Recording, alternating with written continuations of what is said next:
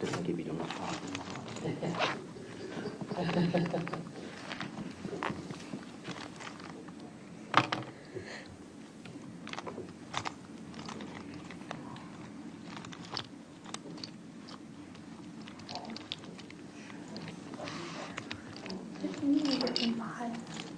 Which one? It's part 4. Is that one of the ones? One of the ones? Is that part of you? Yeah. More people talking to you one? Yeah. This pillow is so nice. Yeah. You're gonna try to use those? No. Depends on what time we're done. Okay. What time is it? Oh.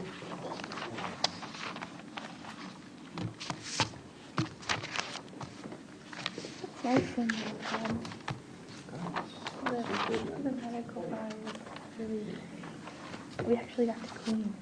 It was like... There's this letter this it says presents factual information. Don't have to just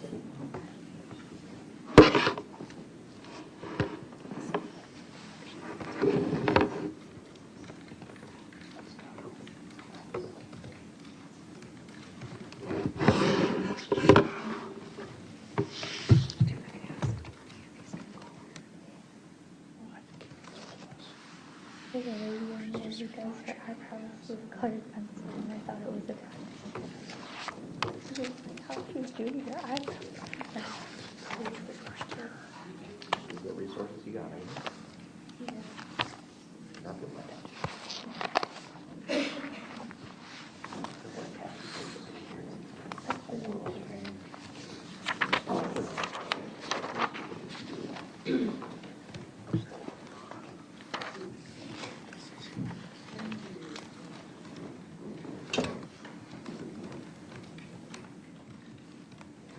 It looks cool. I don't know if she did that with the card. You know.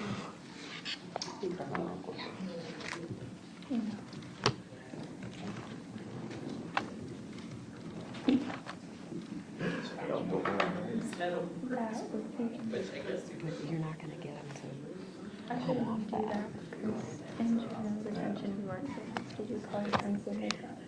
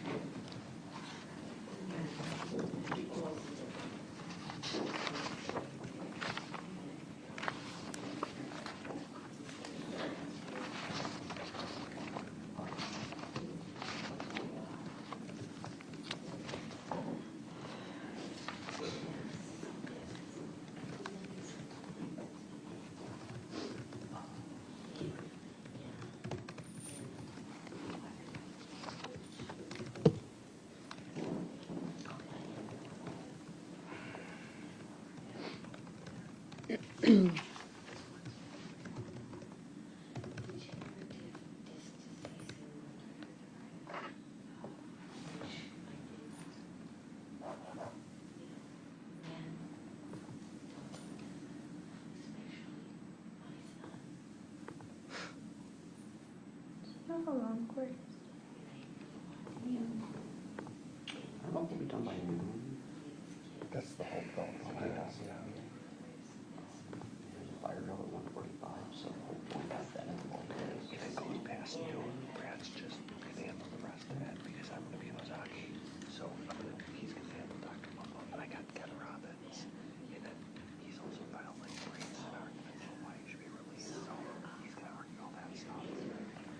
What's wrong with you, Brad?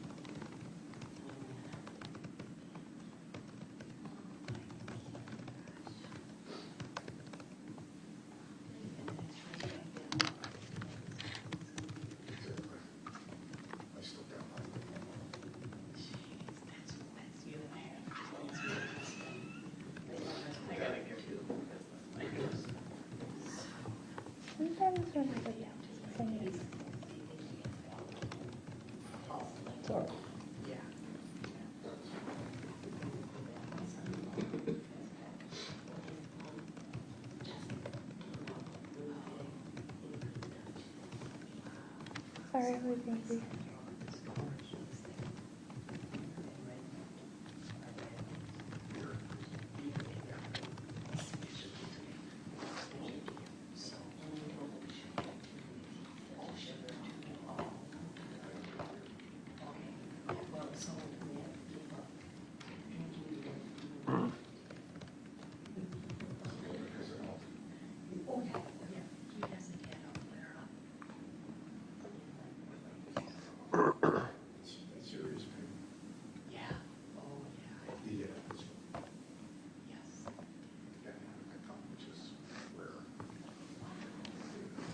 After admitting Robbins' report, we filed his CV, and his report's already part of the part of the way we've been doing things here with the in-person system. Show if they mark it in a minute. What do you recommend for him? I just tell the court that He should have it in front of him, just ask him if he has, it's filed, right, so it's not filed number yet. It's already filed. You just ask him to confirm it's a 9-page document.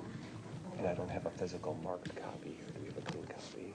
Or I didn't bring one, the court has it, but I don't know if you have a physical one, like ask for him, but I don't think Cape Breton law. I have a question.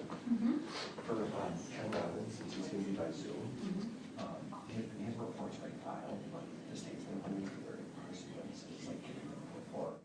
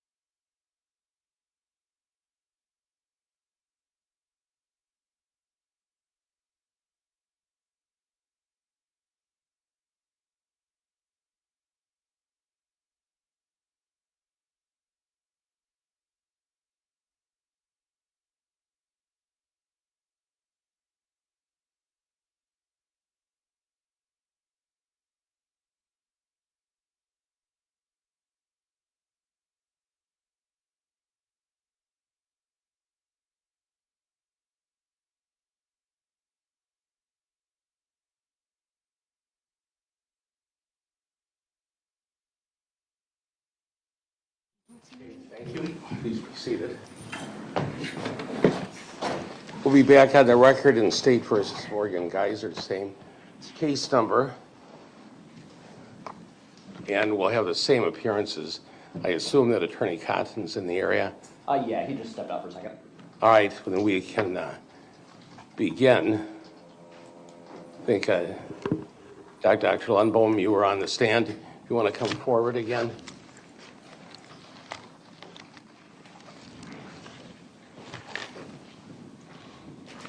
We'll note, as indicated, same appearances as yesterday as far as Zoom appearances are concerned. And doctor, you're still under oath, you understand that? Yes. All right, thank you. And counsel, you wish to begin? Cross? Thank you. I can hardly hear you. Oh, I will speak up for you. I'll use your microphone too, that's I thought it why we have those. I thought it would catch me from where it is, but is that a little better? All right, very good. All right. Good morning, doctor. Thanks for being back with us here again today. Good morning. Just to kind of reorient us before we get into things. Fair to say that since at least August 2022, Ms. Geyser's been compliant with the rules of the institution broadly. Yes. As far as you're aware, she's not engaged in any acts of aggression towards herself, others, or property. Correct.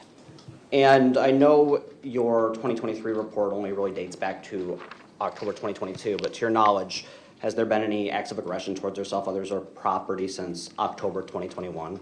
Right. That's the last documented incident, which is that suicide attempt.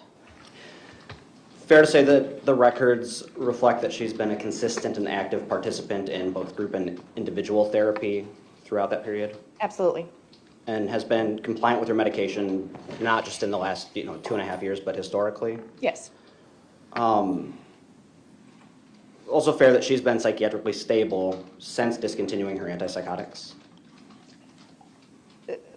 What I would say is that there's now overt acute psychosis. So reemergence of those delusional ideas as they've been described, or her report of auditory or visual hallucinations as were described historically. There is ongoing concerns related to depression, anxiety, and then symptoms characteristics of post-traumatic stress. Okay, so fair to say that signs of overt psychosis have been absent since at least she has discontinued her medication. Yes. From your review of the records, do you recall how long prior to discontinuing medication has she been free of psychosis? So that's difficult to call. I would have to look back at the records. There were incidents that she had reported in 2021, fall and winter, where she described hearing voices of demons, specifically one named Abaddon. She had related at least one of her suicide attempts around that time to that particular phenomenon. Okay, so fair to say in general, since October 2021, we've kind of seen a wholesale success story in many terms, in terms of her compliance and symptoms. Yes, I would say that there's been a reversal in the course of her institutional adjustment. As she describes it, that suicide attempt in October 21 was quite serious and frankly scared her. And with that, she has had renewed hope for her future and has essentially realigned her adjustment at the institution with her goals, both short-term and long-term. Now, I want to turn to kind of the big elephant in the room here regarding the kind of change in her conception of her psychosis back in 2014 and in the years following. Would you say that that is your biggest concern and what gives you kind of pause to say that she is ready for conditional release or not? I would say it is a concern. I have several, though, as I would document in my report, but it is a significant concern as part of this particular petition. And fair to say, neither you nor really any of the medical professionals can say for sure, kind of what the truth is in terms of symptoms at the time being feigned or not, right? Well, so what I can say is this. There is, her mental health is well documented, very closely observed from 2012 until today. As she was a juvenile, she actually had one-to-one supervision, which led her to be under close microscope, if you will, where staff was in constant communication with her, constant observation of her behavior, her adjustment. Through all of that, for several years, there was consistency in both her self-report as well as with the observations of her, which substantiated the presence of psychosis. That has alleviated. So there's also evidence of when she has taken antipsychotic medications, there was noticeable improvements with that particular treatment. So I would say that the evidence is supportive of a history of psychosis. There's also evidence of anxiety, depression, and post-traumatic stress. There's also her young age, fantasy that can complicate things. There is indication, both by her self-report, but also in the records, of some exaggeration at times of symptoms, potentially to get out of things that maybe she doesn't want to partake in, or to facilitate more comfort for her in the institution. I kind of want to go down the path of just the historical records.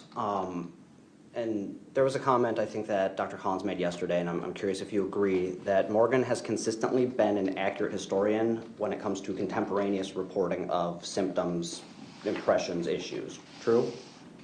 I think that's complicated at this point. I would say prior to the reversal in course of conceptualization, that would be true.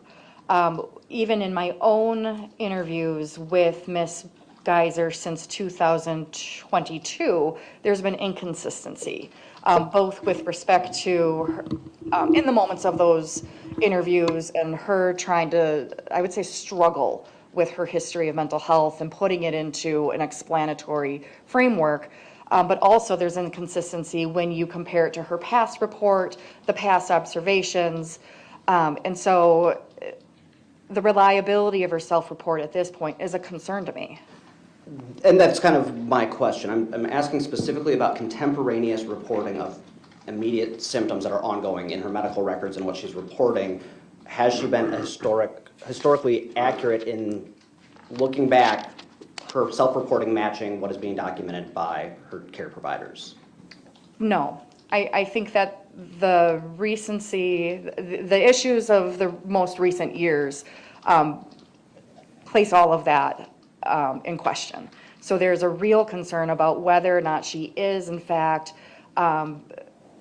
being forthcoming about what she's actually experiencing. As an example, within the moments of even our interview, describing essentially no history of psychosis whatsoever, really saying that her minimizing, if you will, what is well-documented, repeated incidents of heightened reactivity, intrusive memories, ongoing incidents of dissociation. And so that self-report, at least to me, was not consistent with the data that's there. Let me ask this in a different way. What I'm trying to get at is it true that Ms. Geyser, right now and in the previous months, has reported anxiety symptoms, has reported PTSD symptoms as they have occurred to her treatment team and providers? What I would say is she reports it and demonstrates it. There are times where she is demonstrating those kinds of issues, and it's been hard for her to express what is actually happening in those moments, but she's been very actively engaged in treatment and in the wake of those incidents, processing her ongoing symptoms. Would it be fair to say that Ms. Geyser, in the moment of experiencing those symptoms, accurately describes them, articulates them to her treatment team, and her self-reporting is consistent with observed phenomena, let's say? In that moment of her actually experiencing these symptoms, is she truthful and accurate and forthcoming about those in the moment? It appears so. And so the difference, I guess, in the accuracy of historical reporting for her comes in her after-the-fact rationalization of what has or hasn't happened. Is that fair? I think that's fair, yes. And this, we can kind of even see in your interview of her, where she talks about feeling as if she does not have, empathy, while also expressing remorse and characterizing the things that she's disclaiming present tense. Is that true? Right. I think that there is some inconsistency in that between what she displays versus what she is reporting. And I think she's continuing to wrestle with some of these complicated issues and is doing so on her own, but also with her treatment team. Do you have any concern that she is not reporting symptoms as they occur to her treatment team, present tense? I have no information to suggest that that would be true. You have no information to suggest that she is not reporting or that she is? That I would have no information in the records to suggest that she's experiencing things that she has not reported to the treatment team. That said, it's also difficult because some of these things, when we're talking about a psychotic spectrum disorder, they're not tangible. The rest of us can't see or hear what she may be seeing or hearing. The rest of us don't necessarily perceive the environment the same way that she does. And so one of the things that's very important to me when considering her readiness for release is that we want her to be reliable. We want to be able to trust what she's saying so that we can put appropriate supports around her, ensure that she's doing well. The goal of conditional release is to have her in the community, not only safety for the community, but safety for her. And that reliability and being able to trust that self-report and her being able to recognize in herself is monumentally important. Do you have any reason to doubt that she would continue to accurately report present tense to her treatment team any experiences that she's having, whether it be symptoms or difficulties, as they occur? I'm hesitating because that's a difficult question. I think that there's not evidence to suggest that she hides symptoms. There's never been an indication of that. However, she is very, very motivated for conditional release. She's very in tune to the concerns that have been raised across time. And there is some indication of, say, wanting to change diagnoses, the labels that have been applied, which I would say are not necessarily that important, but wanting to do that out of a belief that that may assist her in her short and long-term goals. Would you describe Morgan as someone who is very concerned about the accuracy of the particular labels that are placed on her, whether that's diagnosis or other characterizations? It appears so. Does this come off to you as someone that is trying to manipulate labels for the purpose of these proceedings, or someone who is very concerned as she is struggling to kind of conceptualize how her life has come to be where it is, what led her to this point? I would say is primarily involved in the struggle to understand and understand the complicated aspects of her particular illness. It's multifaceted, is what the information suggests. There is some information, specifically from fall of 2022, that did raise some concerns about an external motivation to have the schizophrenia label removed out of a belief that that might, in fact, aid in a conditional release support. Fair to say that if she believed that that was not an accurate diagnosis, it would still be true that removing that diagnosis and identifying whatever her correct diagnosis might be would help her conditional release petition potentially? Don't know how to answer that. For me, the label itself is essentially a non-issue. What I look at when I'm doing conditional release evaluations is the symptoms that are being reported, but also displayed, the behavioral stability, the psychiatric stability, the factors that potentially influence decline. And so the label's notwithstanding, that's really what I'm concerned with. I'm concerned with her insight of being able to effectively and consistently identify those factors. Fair to say that your report indicates that the records do not suggest a pattern of covert or manipulative behavior? Right. I don't believe that there is a pattern of manipulation or covert behavior. What's interesting is that if you take her current claims of fabrication, that would suggest significant manipulation. But again, I don't believe that to be true. I don't believe that to be supported in the record. So when you're looking at my report and doing those risk assessment instruments, I omitted that. Certainly, if completing those instruments takes the current self-report, that would be a different response.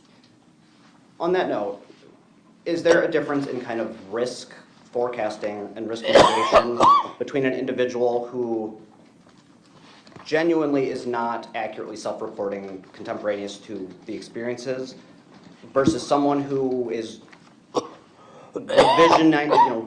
has a revisionist history of past tense symptoms that they accurately reported at the time?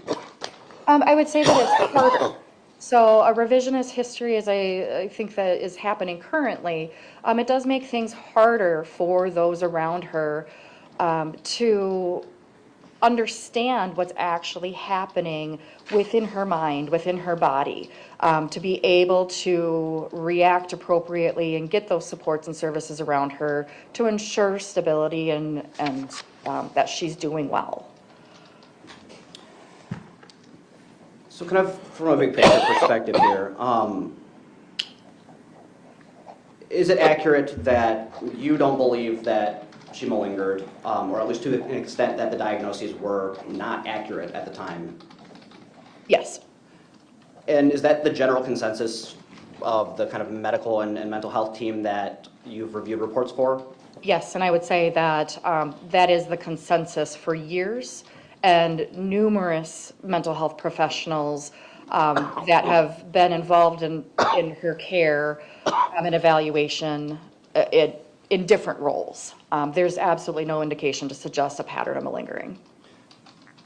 And just to kind of more directly address a question I know the court had yesterday, and it's also been hinted at, you don't believe that Ms. Geyser faked symptoms to avoid responsibility for the index offense, correct? Right. Nor does the rest of her medical team and treatment providers historically, true? True. So the general consensus is that there were psychosis symptoms at the time, that they lasted. Is it also the case that the consensus is now that they have resolved to the extent that they've been absent for an extended period of time?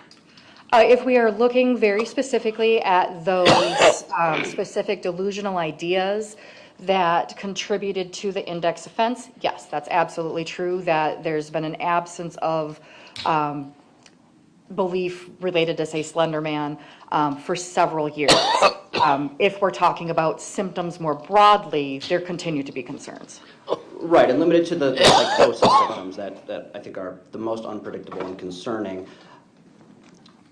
Is it, so let me ask this actually. When we're looking at potential different diagnoses, the unspecified schizophrenia diagnosis or let's say a trauma-induced childhood psychosis, what does the resolution of those look like in kind of the long term? Before the doctor answers, I'm just going to take a brief recess. Of course.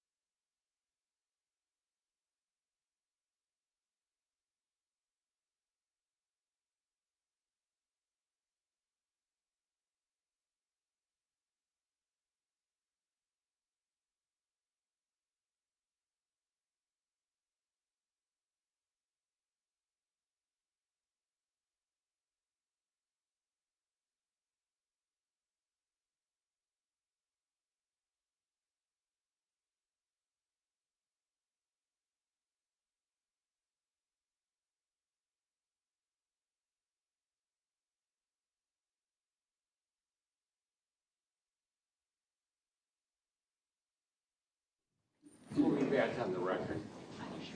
You need the question read back. Counsel, you need the question read back. Yeah. You want to let's- repeat it? Let's have it read back. Read That's it all right. back.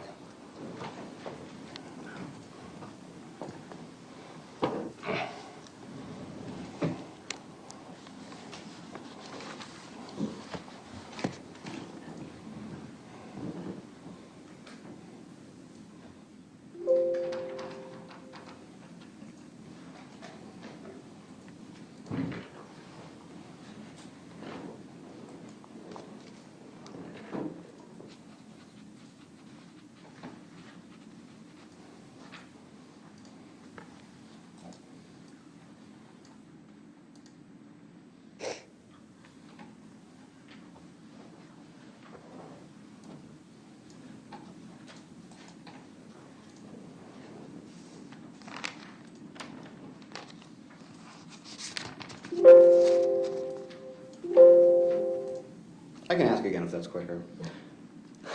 No worries. How did she find it? Did you find it?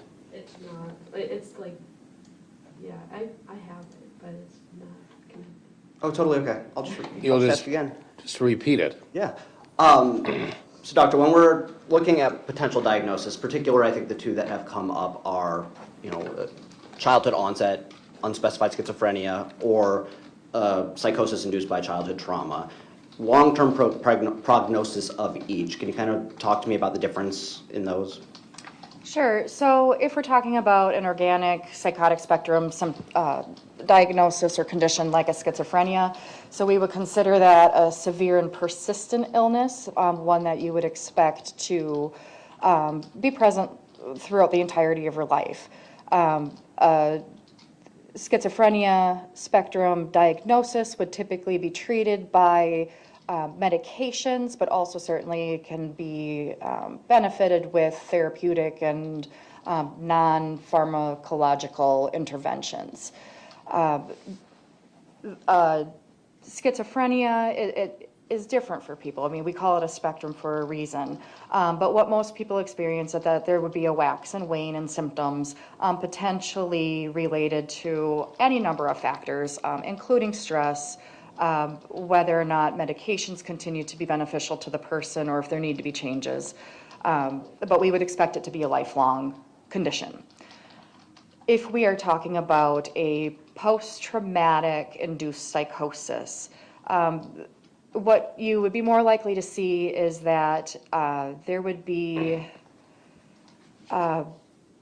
phases, I guess would be one way to put it. So within the context of stress, within the context of whether it's active trauma occurring or triggers or things that are reminiscent of that, you would see that wax and wane relative to the environment versus it being from the organic condition. Is it the case that a kind of trauma-induced psychosis would eventually resolve, such that when the environment or the individual, matures, progresses through their healing journey, let's say, they're no longer going to have that kind of psychosis? If I can relate that question to Ms. Geyser and particularly, specifically.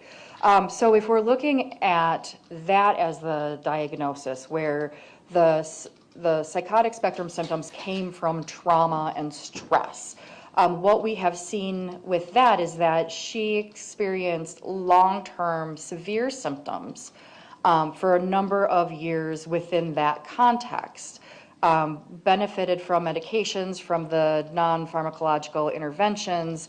As her environment became less chaotic, as she became more distanced from the specific stressors or traumas, we then would have seen less symptoms, improved adjustment, and not necessarily requiring the use of the antipsychotic agent. But if we're also looking at it being a trauma-induced psychosis, there's concern about the potential that those symptoms could reemerge if she is experiencing heightened stress, which is where those coping skills, the wanting to have the framework so that she's adequately able to identify and manage the stressors that may be thrown her way, because those are completely out of her control or in large part out of her control. Is it fair to say that it is unlikely that Ms. Geyser will again face the stresses of pervasive long-term parental sexual abuse as a child? If we're looking at that in particular, that's true. Her father is deceased, and she has indicated intention to be more independent from her family once conditionally released. Would you agree that treatment providers, mental health staff don't really have the ability to say for certain which of these, or if there are others that contributed to the psychosis that you described that has kind of subsided? What I would say is that there is disagreement related, if we're looking at specific diagnoses, and again, I don't know that that's the most important thing with her particular case, but if we're looking at specific labels, I would say that there's disagreement across time and providers. So, fair to say, if it is schizophrenia, for example, an organic psychosis condition, that can come and go through long periods of remission potentially and could reemerge, true? Certainly. I mean, it is a condition that's lifelong, and there's a number of factors that may contribute to a person experiencing deterioration, sometimes mild, sometimes more severe. Regardless of the, I guess, diagnosis, fair to say that the treatment team and Ms. Geyser herself are aware of the possibility, hypothetical or not, of symptoms reemerging at some point. If I can tease that apart. The treatment team, those working with her, around her, are certainly aware of that, and they are monitoring for signs of those psychotic spectrum symptoms and the precursors, the more subtle signs that have been involved with the more serious or overt symptoms as well. Ms. Geyser, across time, has fluctuated in that ability, and I would say that during our most recent contact, one of the things that was concerning to me was that she altogether denied any potential that there may be a reemergence, in part because she's saying she faked it all, which again, just it's not, that just is not consistent with her history and all the abundance of information that exists. So it is a known risk that can be monitored and mitigated, that psychosis could emerge at some point, hypothetically. Fair? Fair. So just kind of adding these things together, the medical team is of the agreement that there was a psychotic disorder of some type that existed at the time of the index offense, true? Yes. The symptoms of that have been absent without medication for a period of over a year, true? The acute psychosis, yes, that's true. Ms. Geyser historically has reported symptoms that have been accurately corroborated by objective observations from her treatment team when talking about present symptoms as they occur, true? In general, yes, I would say that's very much true. Is it fair to kind of take from that that were psychosis symptoms to reemerge that the treatment team is looking for, aware of, Ms. Geyser can be trusted to report those as they occur, consistent with her practice for the last 10 years of being honest about her symptoms, even if after the fact she kind of changes how she conceptualizes them? I think that's where things become very complicated, given her more recent conceptualization of her own issues. The reliability has been called into question because of that. I think prior to fall 2022, where she began to say that she faked it all, I would say that that's true. I think since that time and her continued push to say that those things never happened, that she was fully in control of of all these symptoms that we know exist, it raises serious concerns. And I think we're kind of blending the two issues here. I'm specifically asking about, objectively, Ms. Geyser has reported symptoms throughout the course of her life that are corroborated by the records as they occur. True? True. You said you do not believe she is omitting or not reporting symptoms to her care team now or previously. True? There's no indication of that. I do have concerns about whether or not she's motivated to accurately report that, and whether or not she has the insight to even recognize it within herself if she were experiencing those kinds of things. Because at this point she's maintaining, I faked it all, I've never had that condition, and is the accuracy, that reliability of her self-report, it's hard to know. We can't know what she's experiencing because we're not in her mind, we're not in her body, so we're reliant on her to report that to us. And it's just not, these complications, if you will, raise into question her motivation and her willingness to report those kinds of symptoms. That said, there's nothing in the documentation to suggest that she's been demonstrating delusional ideas or those flagrant signs of psychosis that were present at the past and that were related to the index offense.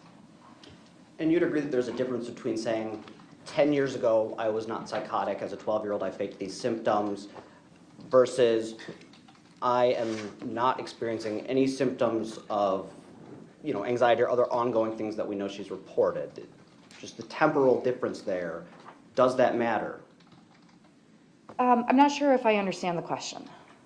From the perspective of risk mitigation, risk management, symptom management, does it matter to the treatment team if she's reconceptualizing a decade-old events, essentially, when you know objectively, okay, the record establishes this is what the symptoms were, this is what she reported at the time, this is what doctors saw, this is what we all agree happened.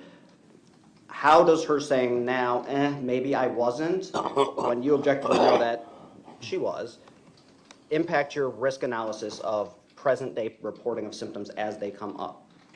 So when I've kind of wrestled with this particular petition and all the factors that exist, and it's a lot of information, in my head I've kind of thought of there being different branches to consider because there's a number of different options, if you will, that have been floated. So if we're talking about a schizophrenia, organic schizophrenia spectrum disorder, the treatment would really rely on medication compliance, in addition to those additional non-pharmacological interventions. In that case, her risk would be lowered because she's not displaying those same symptoms. So we're able to kind of pinpoint the different factors that led to the severe violence in the past, and we're able to say those same things no longer exist. If we go down another branch with, say, trauma-induced psychosis, one of the concerns that I have is that the contemporary treatment records and the things that Ms. Geyser continues to struggle with on a day-to-day basis, those post-traumatic symptoms and characteristics remain prominent. And so if we're looking at that particular branch, the symptoms that brought her to the index offense, while improved, remain prevalent. They still exist. They are not yet ameliorated.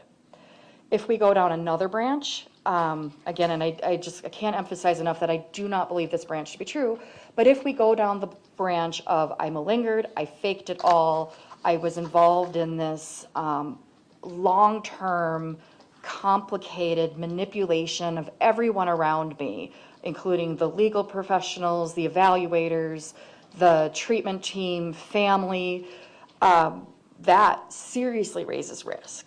That, frankly, that would put her risk off the charts, in part because, as she's saying now, I had control of everything and I basically was doing it for my own gain. And that puts serious question about how she came to that level of violence 10 years ago, and raises all sorts of questions and doubts about what we believe we know about her mental health, her behavior, her motivations, and kind of who she is as an individual. But again, I want to be clear that I do not believe that that branch is the reality of Ms. Geyser's situation. When we're dealing with individuals, especially who have experiencing, childhood sexual abuse and other sexual violence, is it fair to say that part of the process of treatment and healing is wrestling with the ideas of agency and autonomy and kind of reconceptualizing that? Yes. Would you agree that the revisionist kind of explanations that Morgan has provided recently all deal with topics where, largely speaking, she lacked autonomy and agency in her decision making? I think that's fair. Does conceptualizing it in that light change anything kind of about your analysis of what to make of these statements when they're coming up in the context of this struggle with autonomy of agency that was taken from her, and they come up in therapy particularly? Well, so what I would say in the risk assessment and the conditional release question, when a person is on conditional release, the treatment team, the community treatment team, those that are involved in supervising her are reliant on her in large part to have an accurate self-appraisal of where she's at psychiatrically and behaviorally. It requires some insight for her to be collaborating with those professionals that are around her. Because again, we can't necessarily know what's going on inside of her mind, inside of her body. Sometimes there are outward signs, but in Ms. Geyser's case, we know that there's been times where she's experiencing rather severe symptoms and people around her weren't seeing it as clearly as they weren't seeing it as severe as what it really turned out to be. Can you kind of be more specific in that last portion? What time frame are you talking about, and what people would you kind of be referring to? Well, so for example, if we're looking at the index offense, so what we now know is what we believed we had known prior to kind of the revisionist history, if we are kind of calling it that. She has reported repeatedly that she began experiencing psychotic spectrum symptoms as early as, I think at some point she said 3, basically her first memories. And having ongoing perceptual issues where she, at that point, being a child, one, not knowing that that was unusual and that most people weren't experiencing that, but she wrestled to kind of put into context what it was that she was seeing. As an example of that, she had previously reported throughout her childhood at various times seeing this kind of shadowy figure, which prior to being introduced to Slender Man, she had called it. And that was kind of an episodic, idiosyncratic perceptual phenomenon that had occurred throughout her childhood.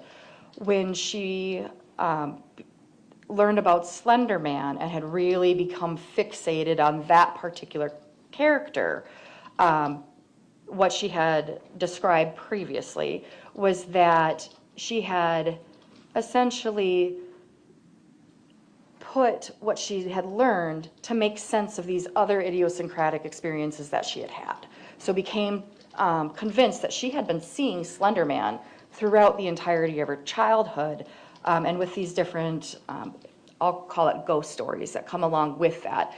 That is in part what contributed to this fear that she had, that she was in danger and the people that she loved was in danger. And that's what led to that index offense.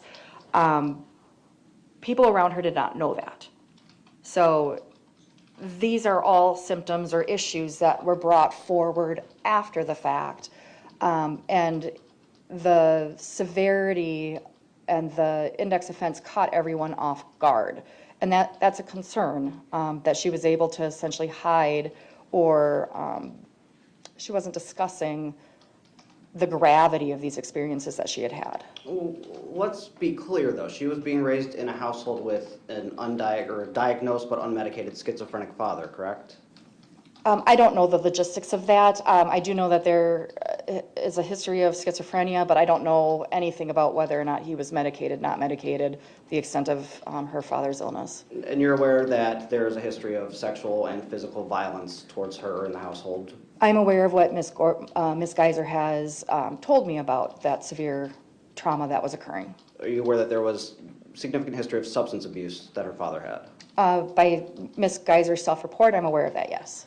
Fair to say that the only people who would have been privy to the obvious signs of her kind of mental decline weren't really in a position or self-interested in bringing light to other things happening in the household such that they likely ignored obvious signs? I don't know. I don't think I can answer that.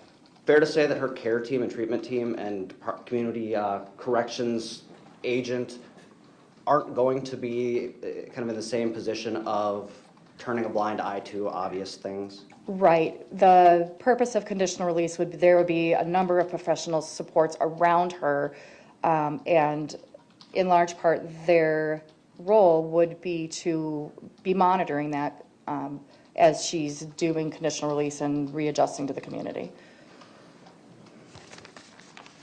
So fair to say we're not ever going to be in a position through this process where she's just kind of let loose in the community. She's going to be under strict supervision, control of her whereabouts, GPS, compliance with medication, compliance with therapy. It's going to be a lot different than just a life that you or I live out in the community, true?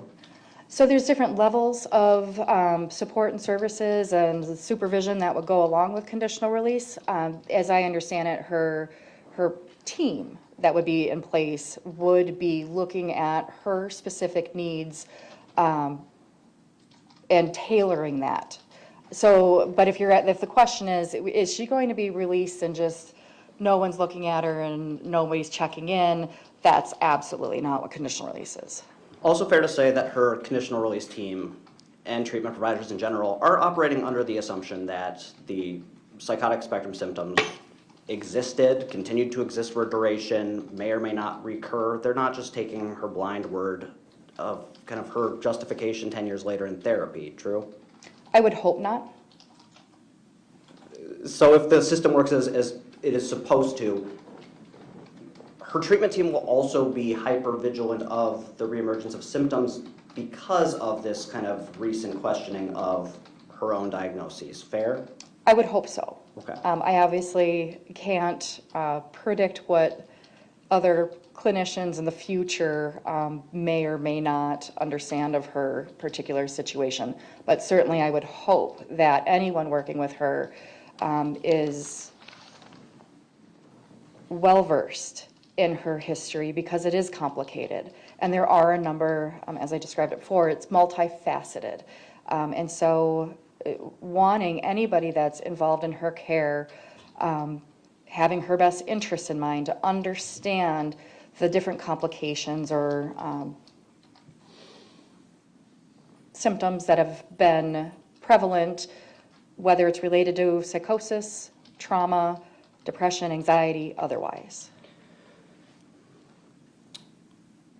Would it be fair to say that Morgan has historically, and let's call it since October 2021 and onward, been compliant with treatment, medication, basically anything she is instructed to do, even if she is hesitant or doesn't believe that it is, helpful to her? She follows through anyways, correct? I think it depends on which aspect of her treatment you're looking at. I would say that that's true with respect to mental health treatment, certainly. She is very active in treatment. She's very engaged. She is, in general, responsive to the recommendations of her treatment providers. In the midst of that larger context, there has been resistance and unwillingness to do, say, specific interventions or different kinds of, say, different methods of therapy, if you will. If we're talking about medical issues, there has been I don't want to necessarily say non-compliance, but a higher reluctance to follow through with the recommendations that exist. If she's compliant with treatment, compliant with mental health care, compliant with medication, and less eager to be compliant when it comes to just physiological medical things, does that impact her suitability for release? In her case, I believe it does. And the reason why I say that is one of the things that we are aware of with Ms. Geyser, some of these more subtle symptoms or warning signs relate to somatic issues, somatic complaints. And in the last, so really focusing in on what's been going on since the August 2023 evaluation to present, there have been a number of vague, generalized complaints about pain, and different medical assessments have not been able to reveal a specific cause for that, and there has been a pattern of essentially rejecting the different treatment options that exist for her, and that is concerning to me because of that history of psychosomatic complaints being indicative of her mental illness. When her symptoms were present, her psychotic symptoms and spectrum symptoms, was there accompanied random pain? Is there a history of pain being a predictor for her symptomatic nature at all? There's a history of psychosomatic concerns in terms of, as she has described it, kind of heightened body sensations,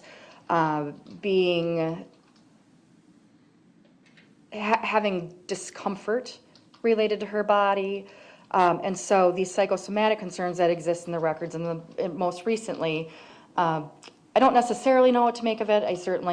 I'm not a medical doctor. I did not examine her with respect to the etiology of these pain issues, but they are described in the records as psychosomatic, and that is a concern given history. Would such descriptions of bodily discomfort and pain be inconsistent with long-term childhood sexual abuse? Hard to know. Childhood sexual abuse, certainly, trauma, it can look different for different people. So certainly it could very much be a symptom of the trauma. And I would say in her case, she's described it as that at times. So your position is essentially we can't rule out that it might be a component of psychosis symptoms despite other reasonable explanations, so we're just going to treat it as if it's a risk? Is that fair? No, that's not what I'm saying at all. What I'm saying is that there's uncertainty related to that at this point, and it's flags, it's red flags in the records that continue to exist, and it's certainly described by her medical providers as being, at least in part, psychosomatic in nature. Whether it's because of the trauma, because of anxieties, because of something else, I don't know, but it exists, and it is a red flag in light of the totality of information that exists related to her mental health conditions. How long has it existed?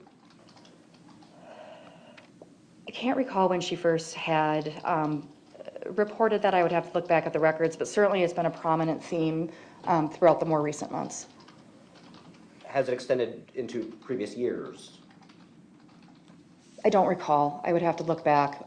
Again, it certainly is prominent in the more recent records.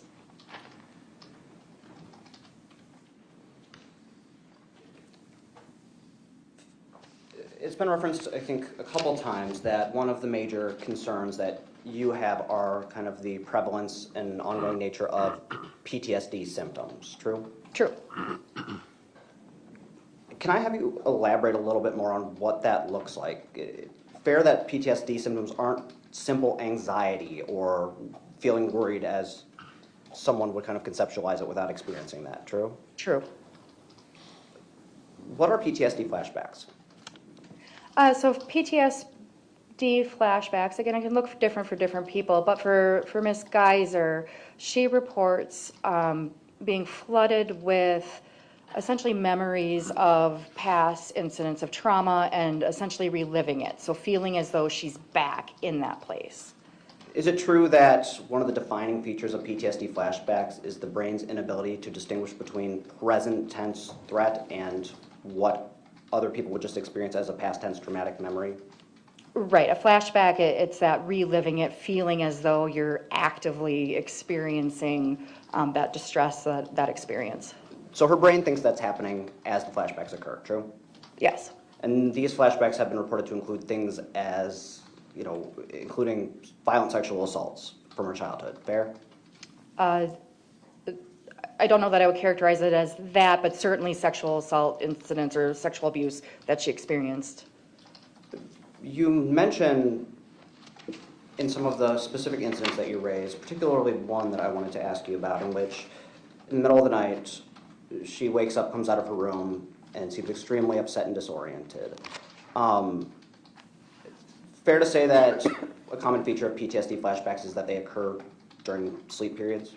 Certainly can, and it's there were a couple of those, just looking at the last several months of these kind of episodic dissociative events in the middle of the night where she comes out of the room appearing to be very fearful, having difficulty communicating what's happening, staff attempting to respond and to provide comfort, and being essentially, once able to communicate, being very, very tearful. And these are, I wouldn't say frequent, but they still occur, and they certainly have occurred several times in just the last, say, 6-month period. Fair to say that in these incidences, she is waking up and has the both physical and mental sensations of having literally just woken up from being sexually assaulted? I don't know. That hasn't been described as what she's reported with that, but I would say the records are, the records just don't include that information, and I don't know. True that she told the staff during one of them that you mentioned where she had trouble regaining her voice that she felt like something was inside of her? Can I just peek at my report? Yes. Thank you.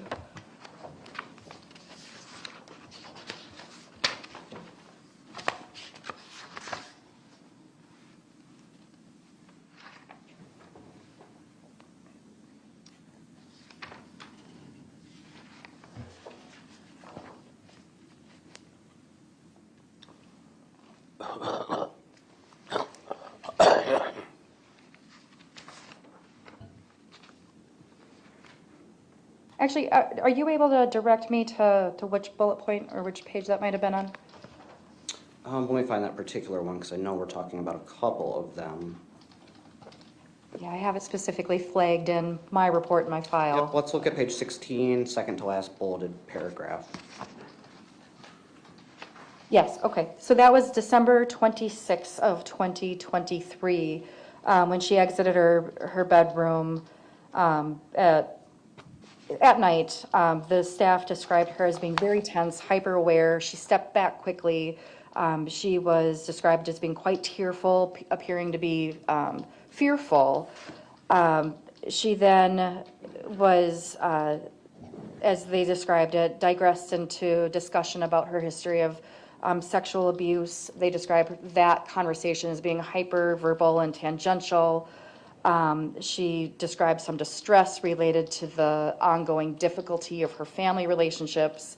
And the quote that they included at that time was, "I try to be quiet in my room, but I fall asleep and then wake up and feel as like there's something inside of me."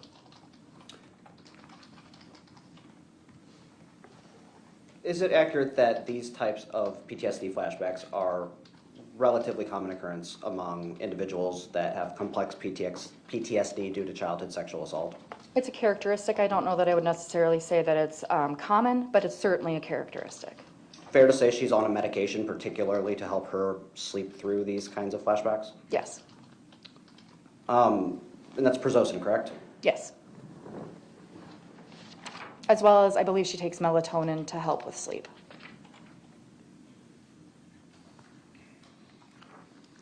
And just kind of for context, what was PTSD referred to as, known as, prior to gaining its kind of current label?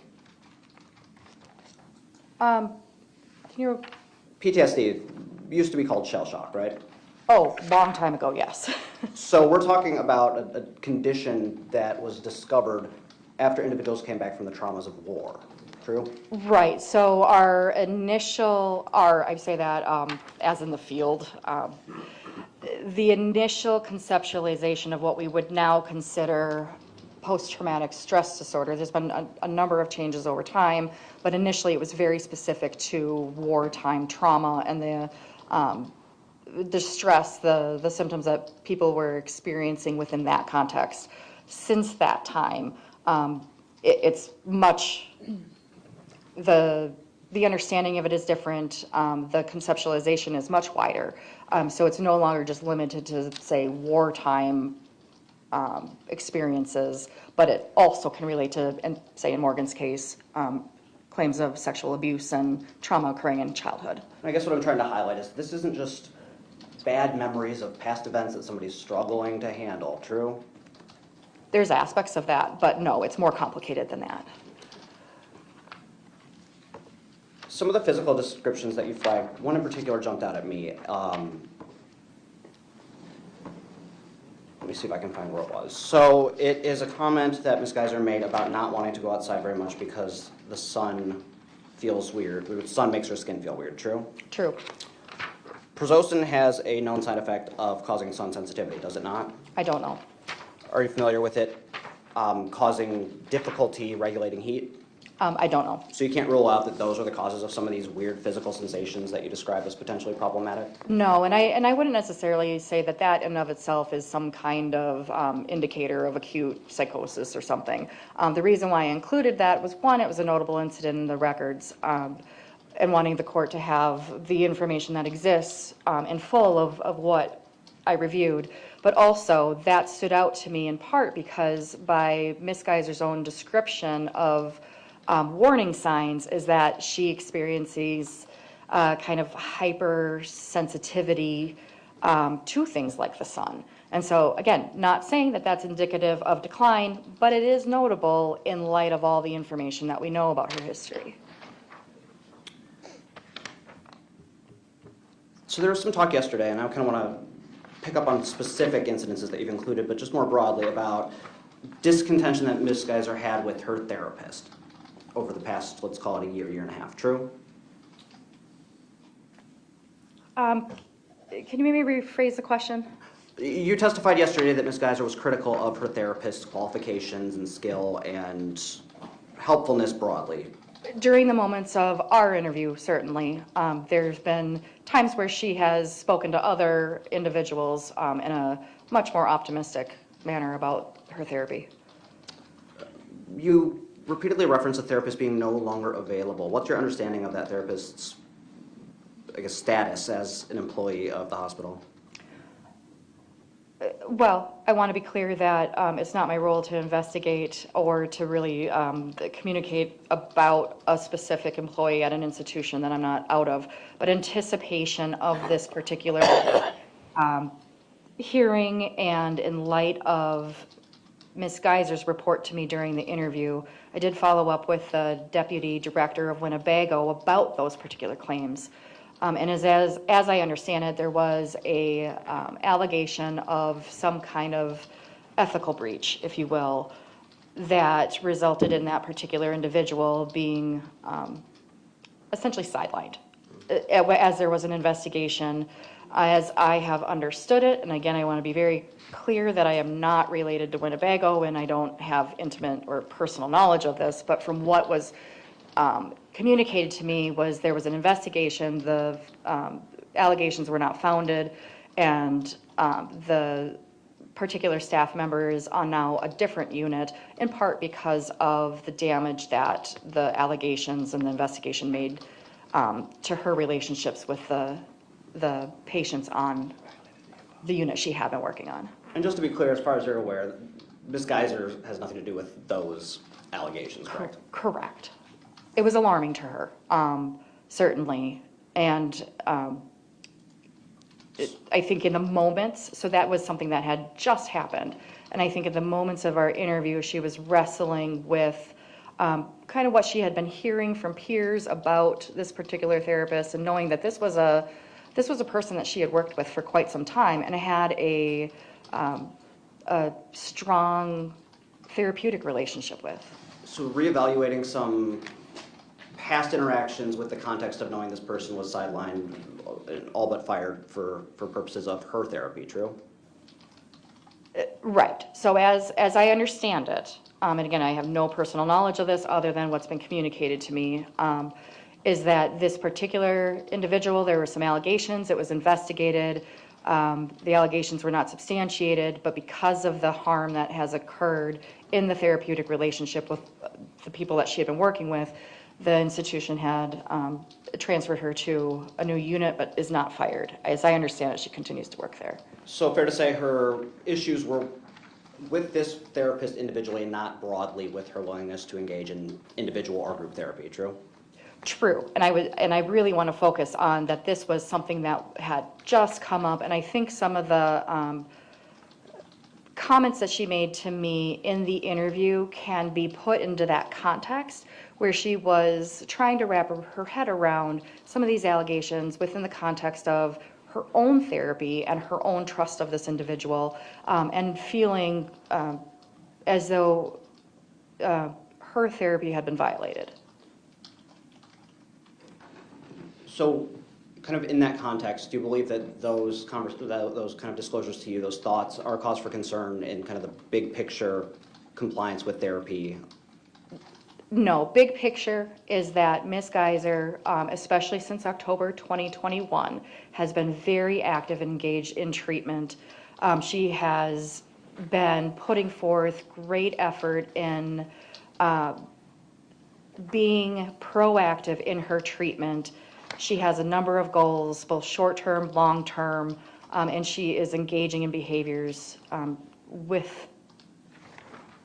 toward those goals, wanting to meet those goals.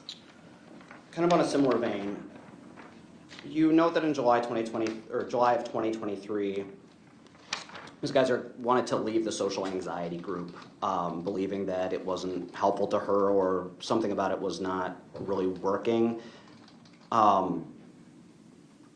Fair to say that she didn't just quit going or refuse to participate when she started having those thoughts? She had asked to be removed from that particular group, but absolutely, she continued to be engaged in her treatment overall. So she wrote a written letter requesting to be reassigned, essentially, correct? Yes, to be removed from that group and to be allowed to do different activities during that same time frame. So she had a concern that she raised through the appropriate channels in an appropriate way and complied with treatment in the meantime until a decision was made. Is that accurate? Yes. Okay.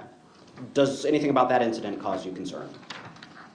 In and of itself, not necessarily. However, again, when we're looking at that big picture, we do have information where she has resisted having specific diagnoses, and there was an indication at some point where she had mentioned that she had faked social anxiety as well to essentially get out of groups. And that would be concerning if this was another effort to essentially escape some kind of programming. But I don't know that that's the case. She has described it as, you know, I've done groups that were similar to this and I wanted to spend my time in a manner that was different. And even on the context of faking social anxiety, like, we're talking about specific days of specific groups that she just wanted to skip, correct? I don't know. Okay. Fair to say that having the anxiety symptoms and kind of using that as an excuse to skip class once or twice essentially isn't the same as, you know, interpreting that to mean, oh, I'm faking all of my psychiatric symptoms. Fair? Fair. Okay.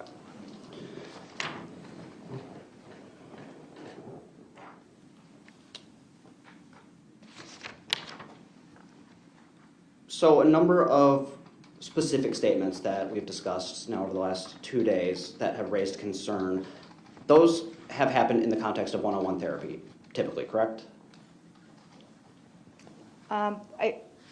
Could you be more specific? Particularly kind of her views of her own capacity for empathy or, you know, manipulation.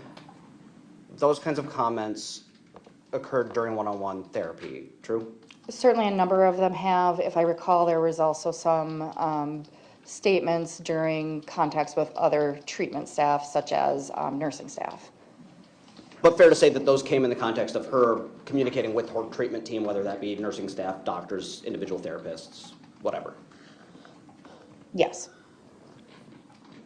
In many of these cases, is it also true that then later therapy sessions kind of went through and unpacked those kind of very black and white statements and revealed that what she said isn't quite, what she actually believes or means?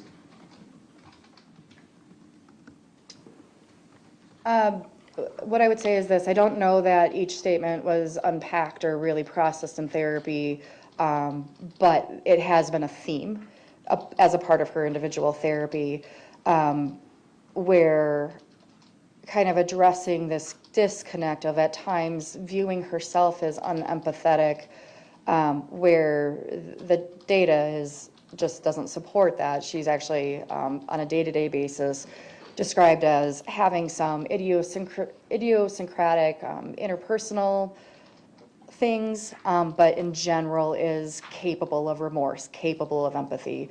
There's not indication of, say, an antisocial personality disorder or psychopathy. Is it fair to say introspection broadly is a learned socialized skill? We're not innately able to look at our feelings and kind of dissect them and what they mean? I would say in general, yes. I do think that there is some organic things that come along with individual humans that allow some people to do it better than others, but in general, it's a skill that people are taught, learn, and it's a process that humans continue throughout their lifetime. Fair to say that Ms. Geyser's upbringing in the institution really presents a very different picture and process of learning these socialization skills that kind of leads to these sorts of things coming up now as an adult in therapy, where a younger individual might have been redirected and taught the proper ways to interpret kind of what she was trying to express. I think that's an absolutely fair characterization. She has, at no fault of her own, but because of institutionalization, not had the same opportunities that many adolescents have in terms of developing and maintaining age-appropriate, developmentally appropriate relationships, being able to problem solve the things that adolescents experience. And again, no fault of her own, but I think that's a fair characterization. Fair to say, I guess, in particular with Ms. Geyser, that there seems to be a concerted effort to really understand and characterize herself in ways that allow her to make sense of things that she did as a child, for instance, that I guess are abhorrent to think about now. Yes, I think that she continues to wrestle with a lot of her history and the different factors contributing to her childhood and what she says she experienced, to the specific index offense, to all of these different experiences that she's had since that time. And many of these statements kind of come in the form of, if I did this thing in the past, I must not be capable of empathy, remorse, whatever, and not necessarily. So she's drawing that conclusion based on things that she knows she's done and has to make mental peace with, versus actually saying, no, I've never felt remorse, I've never X, Y, and Z, because she does report remorse, right? So it's hard to unpack that because there's a variety of different similar statements. I think if you're referencing a very specific comment that she had, I believe it was in October, that particular statement had context related to making it. Comments about not being able to care for other people, not being able to feel, that has been repeated across time at various points, being driven by different things occurring in her life. Again, the totality of information doesn't support that. The totality of information, her day-to-day functioning suggests that she's very much an empathic person and is able, she feels a lot. Actually, that's one of the concerns, is that she can be sensitive and is prone to episodic distress that interferes with her kind of day-to-day functioning. So that being callous, she's described as having some clumsy moments socially, and potentially saying some things that maybe did not come across the way that she intended it, but there's nothing to suggest, again, say psychopathy or an antisocial personality structure.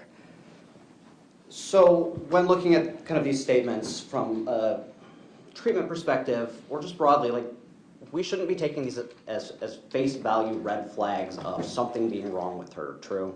I think looking at any person, whether it's Ms. Geyser or otherwise, looking at one specific incident without having context and greater understanding would be a dangerous thing to do.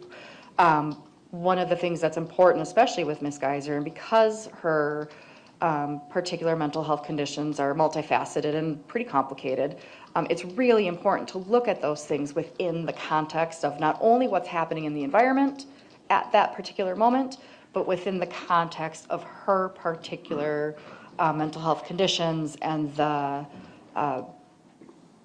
totality of her adjustment and functioning across time. Kind of final thought as to the comments that we're talking about. Fair that these and similar comments often come at times of, well, we would presume that Morgan's feeling defensive about something that had happened. That comment certainly in October of 2023 certainly came within a context of heightened emotionality. At that particular time, she had been confronted with some concerns about her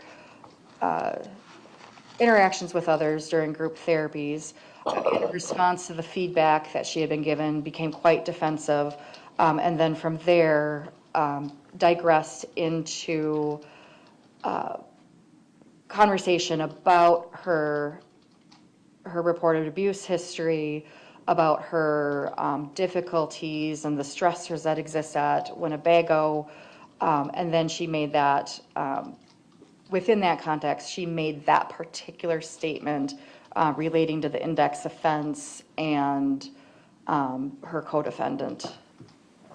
And in how you kind of interpret these, does it make a difference to you whether comments like this are made in a heightened emotionally defensive posture, or like in a calm therapy session where she's reflectively trying to explore these issues? Like, would you treat those same statements as having different levels of risk or red flagginess, we'll say, based on just the context and timing of when they're made? Context absolutely matters. And again, I would say that taking any individual incident or observable any thing that's kind of documented in those records, taking it in and of itself would be dangerous to do. The context matters, as does that larger understanding of her and her particular history of mental health and behavior. The last question I have for you, it kind of runs back to the first topic we discussed of the care team's understanding and consensus surrounding her history and her present lack of symptoms in general, and the relative confidence that we have in the self-reporting of events as they occur versus the historical reporting. If you were confident that Ms. Geyser would faithfully self-report symptoms as they occur, even if she doesn't necessarily agree with how to interpret those, would that change your assessment of her readiness for conditional release? That's just one factor of a number of concerns that I have. So certainly that's something that I'm looking for. I am concerned about that fact in particular, but there's also additional factors, as I've detailed in the report and through testimony, that also exist. Thank you. I think that is all I have for you. All right, thank you. Any redirect? Just very briefly, Judge. Doctor, it sounds like what you've described today, that there exists a current conflict in what caused the violent index offense in this case. Do you agree with that?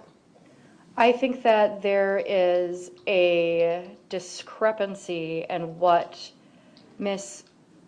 Geyser currently understands and is reporting versus what exists in the records and is well documented. So I think those who have been involved in the evaluations, her treatment across time in general, and consistently have viewed her as a person who has genuine mental health symptoms, and there's not any reason to believe that she faked it all. Do you think that that inconsistency in this case is a fundamental one that needs to be resolved before she would be released? I do. As I had talked about, when a person is on conditional release, that person does not have the same structure and support that is available to them in the institution. So say in Ms. Geyser's case, nursing staff or the staff that work day-to-day on the units, or even her treatment team, being able to respond immediately when she's experiencing distress. In the community, her treatment team and those around her are reliant on her insight and her ability to accurately appraise her mental health and to be able to communicate those potential issues so that they can respond appropriately and she can respond appropriately and make sure that that she's doing well. Doctor, it's been suggested that despite this incongruency with Ms. Geyser herself, the fact that the treatment team has access to all these records and information mitigates any kind of risk, regardless of what Ms. Geyser thinks herself. Do you agree with that? I don't agree with that. Why? So again, if you're kind of looking back at those instruments that include empirically based risk factors for violence, future violence, those clinical factors in large part address some of these same issues. And the fact that these clinical factors continue to exist and are quite prominent, that raises concerns for me about her readiness. That's all I have. Thank you. All right, thank you. Any further direct, or just be any further cross?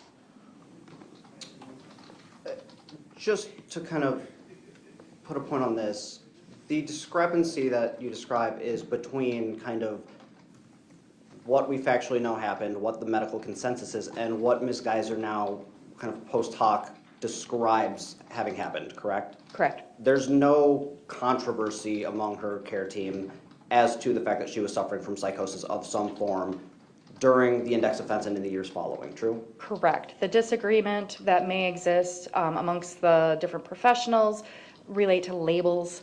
Again, the labels, in my opinion, are not as important as what we know about the symptoms, the behavior, the response to treatment, her engagement in treatment.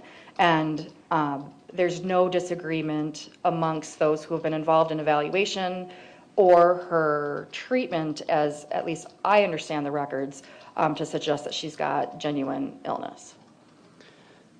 And the state asked you about whether kind of there's been complete mitigation of risk because the care team has records. Fair to say that in the context of conditional release or just any treatment regimen, risk is never fully mitigated. It's just planned for. Fair? Fair.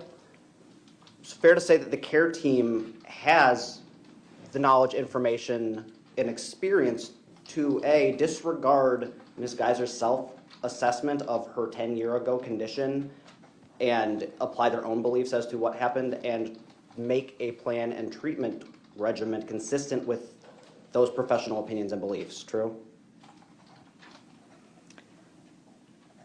I don't know that I can say that that's true.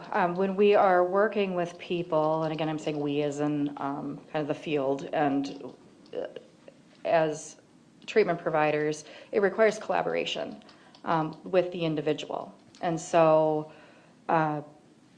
you would ideally have a person who is invested in treatment, as she is. I don't mean to imply that she's not invested in treatment, but that also, though, has the ability to consistently give an accurate self-appraisal and to be able to communicate. So again, the treatment team can make decisions and put the appropriate supports and services to ensure that not only the community is safe, but that she's safe. Final point. Fair to say that Ms. Geyser is compliant with treatment, medication, and rule conformity? Objection outside the scope. Overruled. Witness can answer. Largely, I would say that's true.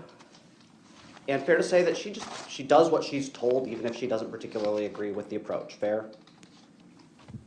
Not always, but I would say largely she is treatment compliant. When we're talking about specific interventions or recommendations, there is resistance, and there have been times where she's not followed through on that, but largely she's very engaged in treatment. She is motivated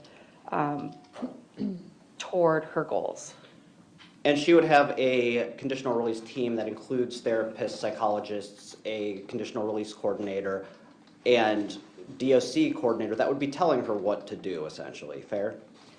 In general, that would exist. The conditional release plans, as I understand it, they are developed specifically tailored to the individual.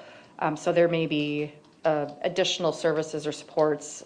There may be different levels of supervision or rules, but it's specifically tailored to her. That's all I have. Thank you. Any further direct? No. All right. Thank you, doctor. Now, her report is Exhibit 4. Has that been moved in? If it hasn't, I would move it in. No objection. Okay, Exhibit 4 is received. Thank you. And may I be excused? Yes, you may. We'll take at this point, you can have a seat. Are you under subpoena? I don't believe I was subpoenaed. All right, thank you. Otherwise, have a good day. Thanks for being here. Thank you. What's the status of this state proceeding? The state is not intending to call any other witnesses, Judge, so the state would rest. Okay, state rests. Then we'd move to Ms. Geyser's presentation. What's the plan for Ms. Geyser? Thank you, Judge. We'll call our witness, Kenneth Robbins. He's the third doctor that prepared a report, and he'll be available by Zoom. He's ready to go. All right, well, let's take about a 10-minute recess. Come back at, get my...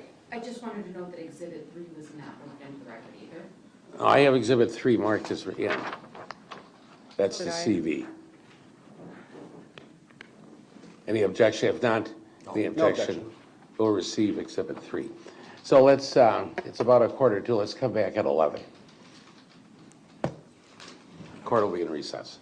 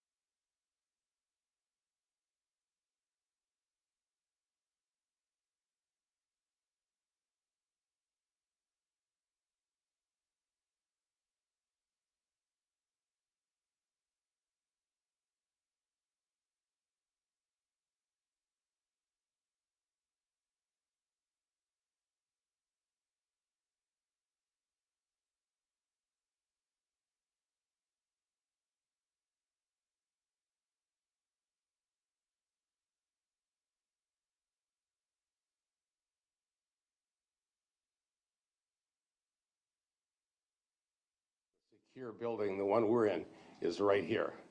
It's this courtroom and the courtroom next to us, Judge Domina's courtroom. So we'll participate regardless of what we're doing at 1:45. We'll stay here. There may be other people joining us in the building, and we'll just participate in it until it's over. So I anticipate 10, 15 minutes. Okay. So look forward to it, be excited about it. Very exciting. And we'll see what happens, all right? All right. So Judge, then, now, I guess I have a question. Yes. About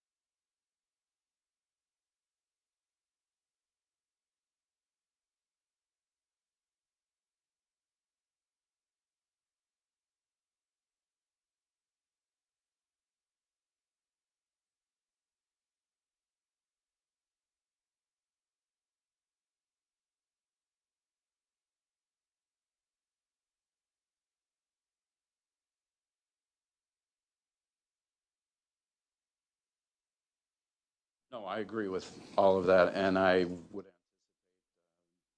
anticipate being allowed a very brief oral argument would be fine. all right, well, I anticipated there'd be some argument involved, so we'll do the argument this morning if there's time. If not, we'll come back this afternoon and do it. Okay. And then I may want to reflect on what was testified to, and if I did that, we'd probably look to a day next week to come back for a decision. Right, that'd be fine with us. Also, I might decide to do it today. Depends on how things proceed. Okay. And there's Dr. Robbins, I see him up. All right, he materialized. It's another digital miracle that he's here. All right. Well, then I think we're all set. We're on the record in State versus Geyser. Dr. Robbins, can you see and hear the court? All right, well, I can see you and hear you as well. We're prepared, I understand you, we're prepared to hear you as a witness. I understand you're prepared to testify as a witness. Okay, thank you. And you're welcome as well. So you're standing, it looks like. Okay, well, if you could raise your right hand, our clerk will swear you in. Do you swear that the testimony you're about to give in this matter before the court shall be the truth, the whole truth, and nothing but the truth, so help you God? All right, very good. Thank you. And then Attorney Cotton. Good morning, Dr. Robbins. I'm going to just start by asking you if you have... Just one housekeeping matter. State your full name and spell your last name for the record. Yeah, sure. It's Kenneth Robbins, Robbins. All right. Thank you. Thank you, Judge. Attorney Cotton. Dr. Robbins, you have a curriculum vitae or a professional resume, I do. and you provided that to our office as part of this process? I did. We've marked that as Exhibit A. Madam Clerk, I believe it's in the Exhibit Q. You've had a chance to review that. Is that an accurate resume that you provided to our office? It is. Judge, without objection from the state, I'm just going to move into admission, request admission of Exhibit A. Any objections? No. All right, received. Dr. Is there an exhibit list? Yes. You have an exhibit list that you're running? It's the attorney should prepare an exhibit list. Yeah, that's all. He doesn't have a separate one for defense. Oh, really? Well, you have to prepare one, and you'll have to get that done. And that document should be available for review. You might have to refresh it. Okay, very good. Thank you. Just email Kate so she can put that together. Dr. Robbins, I want to ask you just a little bit about your professional background. What is your educational background? I went to medical school at University of Michigan, graduated in 1977, and then did residencies in both internal medicine and psychiatry, and am board certified in both. And you're currently board certified in both? Correct. What's your current employment? I have been directing a Medicaid grant to reorganize the mental health system in several counties in California. I serve as medical director for Rock County and their mental health system. I do some work at a Grace hospice. I do some consulting for the Madison Police Department. Okay, when you said Rock County, you're referring to here in Wisconsin, Rock County. Exactly. And then you're also helping reconfigure the mental health system in some counties in California. Exactly.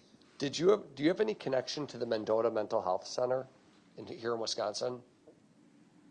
So I was the medical director at Mendota for most of the 90s, but I don't have an official role there at the moment. What is the medical director? What were your duties as medical director of Mendota? Essentially to oversee the clinical care. Okay, are you in charge of the doctors and the various treating professionals in that capacity? Exactly. Now you're familiar with Miss Geyser because of your history with her, is that fair to say? That is fair to say. What history do you have with Miss Geyser, if you could just summarize, please? So as I have in my report, I've interviewed her several times in the past, initially for a competency evaluation back in June of 2014, next as an evaluation for her appropriateness for a reverse waiver back in June of 2015, and then a criminal responsibility evaluation in September of 2017. Then have you had an opportunity to prepare conditional release reports or to work on that for her? Just this for this particular conditional release application, yes. Okay, and that report was submitted to the court previously, right? And that's correct. And I believe also without objection, Judge, I'm just going to tender Exhibit B, which is Dr. Robbins' report. All right, thank you.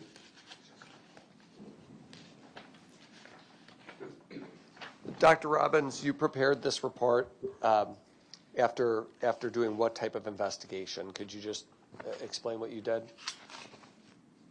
Yes, I read through her medical records at Winnebago Mental Health Institute. I spoke with some of the staff working with Ms. Geyser. I read through some of the other reports as well as my own. I read through Dr. Lundbom's report of March of this year, Dr. Collins' report of August of last year, both to make recommendations about conditional release. And I think that's about it. And then I interviewed Ms. Geyser at Winnebago. What is your experience with people, professional experience with people who have received or are petitioning for conditional release? Well, I've done a number of these evaluations, maybe 40 or 50, and I've supervised many more for forensic fellows, and then participated in the preparation of reports by Mendota back in the day when I was at Mendota, which were not to give opinions, but to bring the court up to date on the status of people who are applying for conditional release. What type of people are housed at the Mendota Mental Health Hospital? So that's changed over the years, but when I was the medical director, we had kids, we had a civil adult unit, But primarily it was forensic, meaning people who had committed crimes and were either being evaluated for competency, treated to competency, or being treated for not, after they were found not guilty by reason of mental disease or defect. In other words, people like Miss Geyser. Exactly. Somebody who was treated for competency, found NGI, placed at an institution. Correct. During the 90s or decade or so that you were the medical director, did anybody from Mendota ever petition for conditional release? Did that ever happen? Oh, many times. Okay. Were you involved in, well, you say many times, were you involved in any of those cases, or did you oversee them? Yes, I essentially oversaw all of them and participated in looking at some of the letters that the Institute wrote. And as the medical director, you're essentially in charge of what comes out of that institution. In other words, if a doctor recommends release, you're going to see that report and you're going to have your own opinion on whether that's appropriate or not. Well, to some extent, the doctors who recommend release or who suggest that the release is not appropriate are independent of the institutes, as in my case. So I have some role to play, and because the institute writes a letter bringing the court up to date on how the particular person is doing, but the institute doesn't make a recommendation. And in that letter that you talked about is more or less is it a risk assessment or an overview of their treatment progress, or both? Essentially both. It mostly focuses on behavior, how someone has done, how they participated in care, the clinical progress as well as the behavioral progress. How do you know as a clinician, how do you know when somebody's ready to be released to the community? Well, it's a somewhat subjective decision based on a belief of whether they are dangerous, for starters, whether there's something more important that they need to still receive at the institution, how they've done, how they're likely to do outside the institution, what kind of behaviors they've displayed when they've been stressed, etc. And once release is recommended, just make sure the camera didn't freeze. Can you hear me, Dr. Robbins? Can. Okay. You just had a brief glitch there with the camera, I think. Once an individual is approved by a court to be released, what does the institution do? What would Mendota do, for example, once a judge has signaled his or her approval? Well, they would look to meet the conditions that the judge lays out, but they would look to make sure that the person who's being released is being released to a safe environment where they can be monitored. Okay. What's your opinion specifically about Morgan and her petition for conditional release? My opinion is that this is an appropriate time for her to be conditionally released. In your report, you said that it's an ideal time for her to be released. Why is it an ideal time right now? Because Morgan has improved quite dramatically and needs things that the institution can no longer offer. I think she's benefited a great deal by being at Winnebago in many different ways, but I think she's reached the end of what Winnebago is able to help her with. There's no suggestion that she is dangerous at this time, and the kinds of things that Morgan needs, in my view, help with socialization, help with education, help with becoming independent, are things that Winnebago can no longer provide in an effective way. Okay, so there's no more treatment she can do at Winnebago. There's no more treatment she can do at Winnebago. So there's more treatment. I just don't. I think the downside of being at Winnebago is greater than any benefit that she could receive from the treatment that's offered there. Okay, and treatment can also be, can and would be provided in the community, typically when a person is released from a mental hospital. Yes, that would clearly be a critical part of Morgan's transition. Judge, can I proceed, or do you want to take just a, do you want to? Let's take a moment here. Doctor, I have a cough. Yes, I'm sorry. Thank you. It's one of those coughs, I get a tickle, and no matter what I do, I can't seem to alleviate the tickle.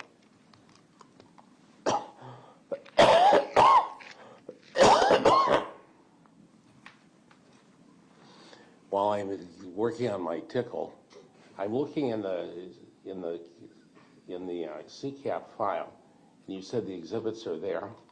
Exhibit A Where is Exhibit A? in the document. Under exhibits?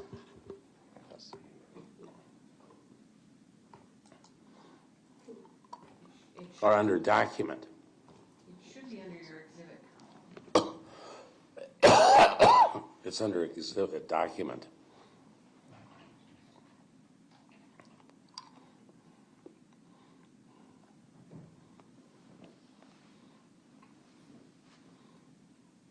I have the, when I pull up the exhibit tab, while I'm working on my cough, looking at the mechanics of CCAP, you agree it's not there? Yeah. All right. Let me do something, I'll fix it.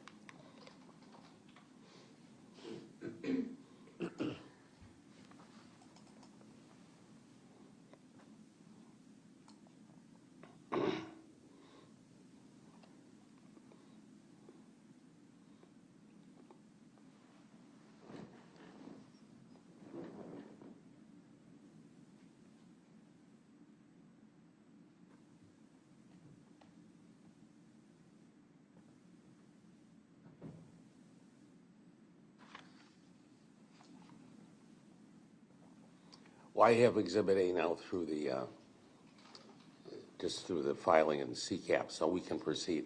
I think I'm ready to proceed. We'll be back on the record and asking questions, Attorney Content. Okay, Dr. Robbins, there is, you just said the downside of remaining at Winnebago is greater than the upside of her being released. Do I have that right? It's greater than the upside of staying at Winnebago. So it's your recommendation she leave the facility because there's things like socialization and other matters that she needs to work on, and that would be best done in a community-based setting. Yes, that's right. And Dr. Lundbom, you've had a chance to review Dr. Lundbom's report and Dr. Collins' report? I have. I just noted in his introduction he did not review Dr. Collins' most recent report.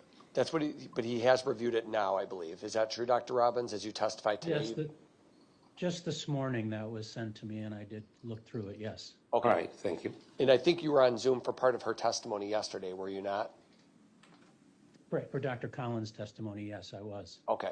Now, Dr. Lundbom said today that since October of 2021, Morgan has been very engaged and proactive in treatment, has a number of goals, both long-term and short-term, and is heavily invested in those goals. Would you agree with her opinion? I would. And she also said today that she would describe Morgan Geyser as a, quote, very empathetic person. Would you agree with that? I would. That she has empathy? I would agree that she has empathy. Why do you agree with that? Based on talking to the Winnebago clinical staff, based on reading the clinical notes, and based on my interview with Morgan. Okay, but I thought there was one statement she made in an individual session that suggested she didn't have empathy. Do you know what I'm talking about? I do. Is that of critical concern? It is not to me, no. Why not? No, it is. What people say in therapy is often challenging to put into context. And often when people are in therapy, especially someone like Morgan, who gets very down on herself, and at times appropriately for some of the things that she's done in the past, she will say things that are very critical of herself that don't necessarily reflect how she feels most of the time. Like a person in a moment of frustration might say, I'm such an idiot or I'm so stupid when they don't really believe that about themselves. Is that a fair example? It is, and that happens even more in therapy, where you're looking at your behavior and trying to make sense of it, and sometimes you feel humiliated or embarrassed or remorseful about things that you've done. Is there any doubt from everything you've reviewed here that Morgan is embarrassed and remorseful about the things that she did as a 12-year-old?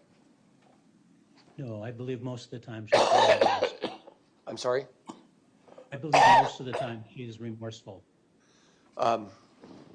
Now, there's been some discussion about what the correct diagnosis is for Ms. Geyser. What's your current impression? What's your current diagnosis that you would apply in this case with respect to her mental health? Just going to ask Sweet before he answers, just pause for a moment.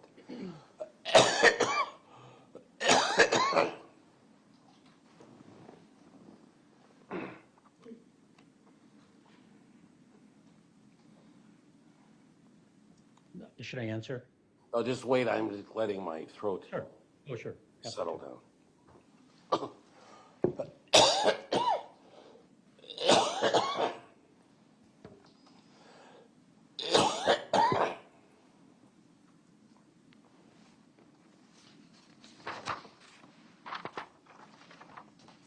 All right, do you need the answer to the question read back, Doctor? No, I don't think so. The question, I think, was what's my current diagnosis for Yes. Ms. Geyser? Yes. So I think the primary diagnosis is post-traumatic stress disorder. There's, some question of whether she has also a generalized anxiety disorder or social anxiety disorder, but I think the primary diagnosis is post-traumatic stress disorder. And what caused that? Have you been able to, does it really matter what has caused that, or as a clinician, did you examine that? I did. What's Yeah, I think it does matter, and I think it's the primary trigger for the post-traumatic stress disorder is her father's sexual mistreatment of her. Were we aware of that sexual mistreatment back in 2014, 2015?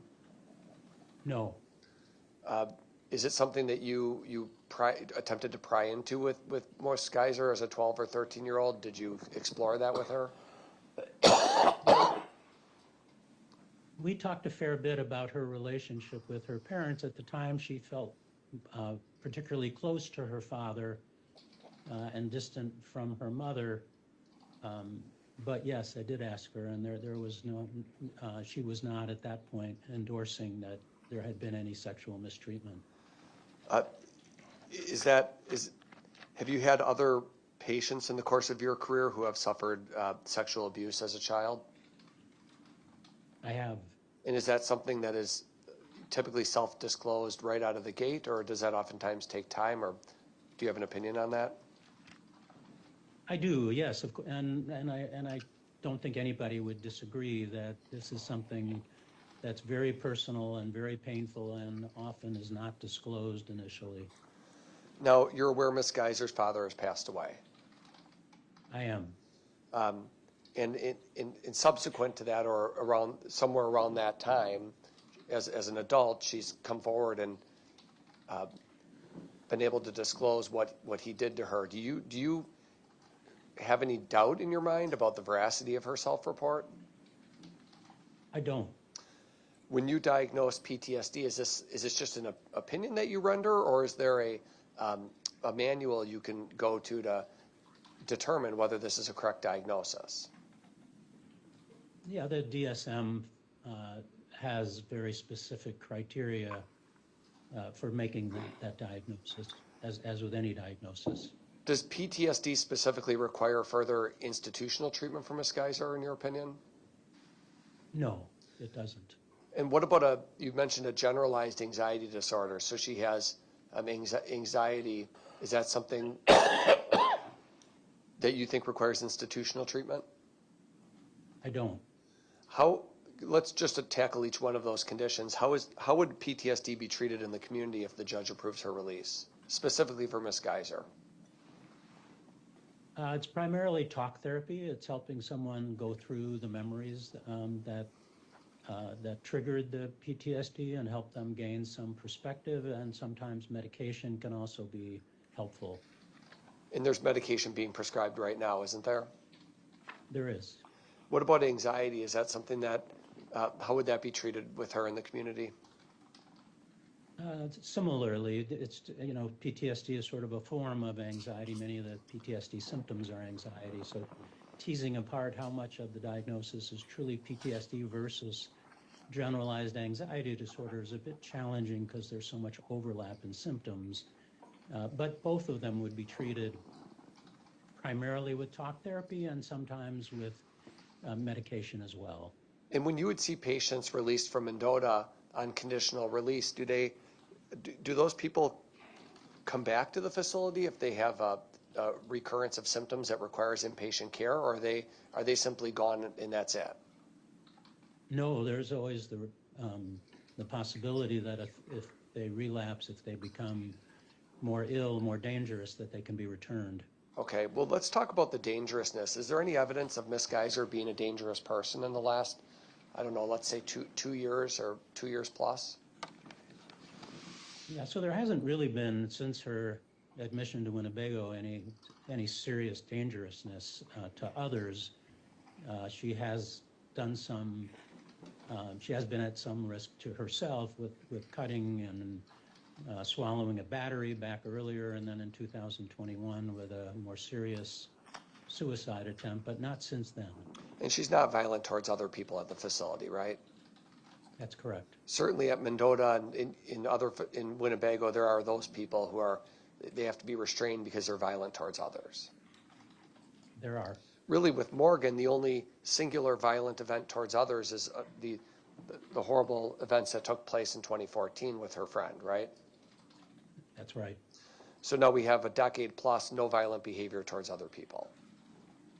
Correct. But some self-injurious behavior a few years ago. The most serious a few years ago, but nothing since then.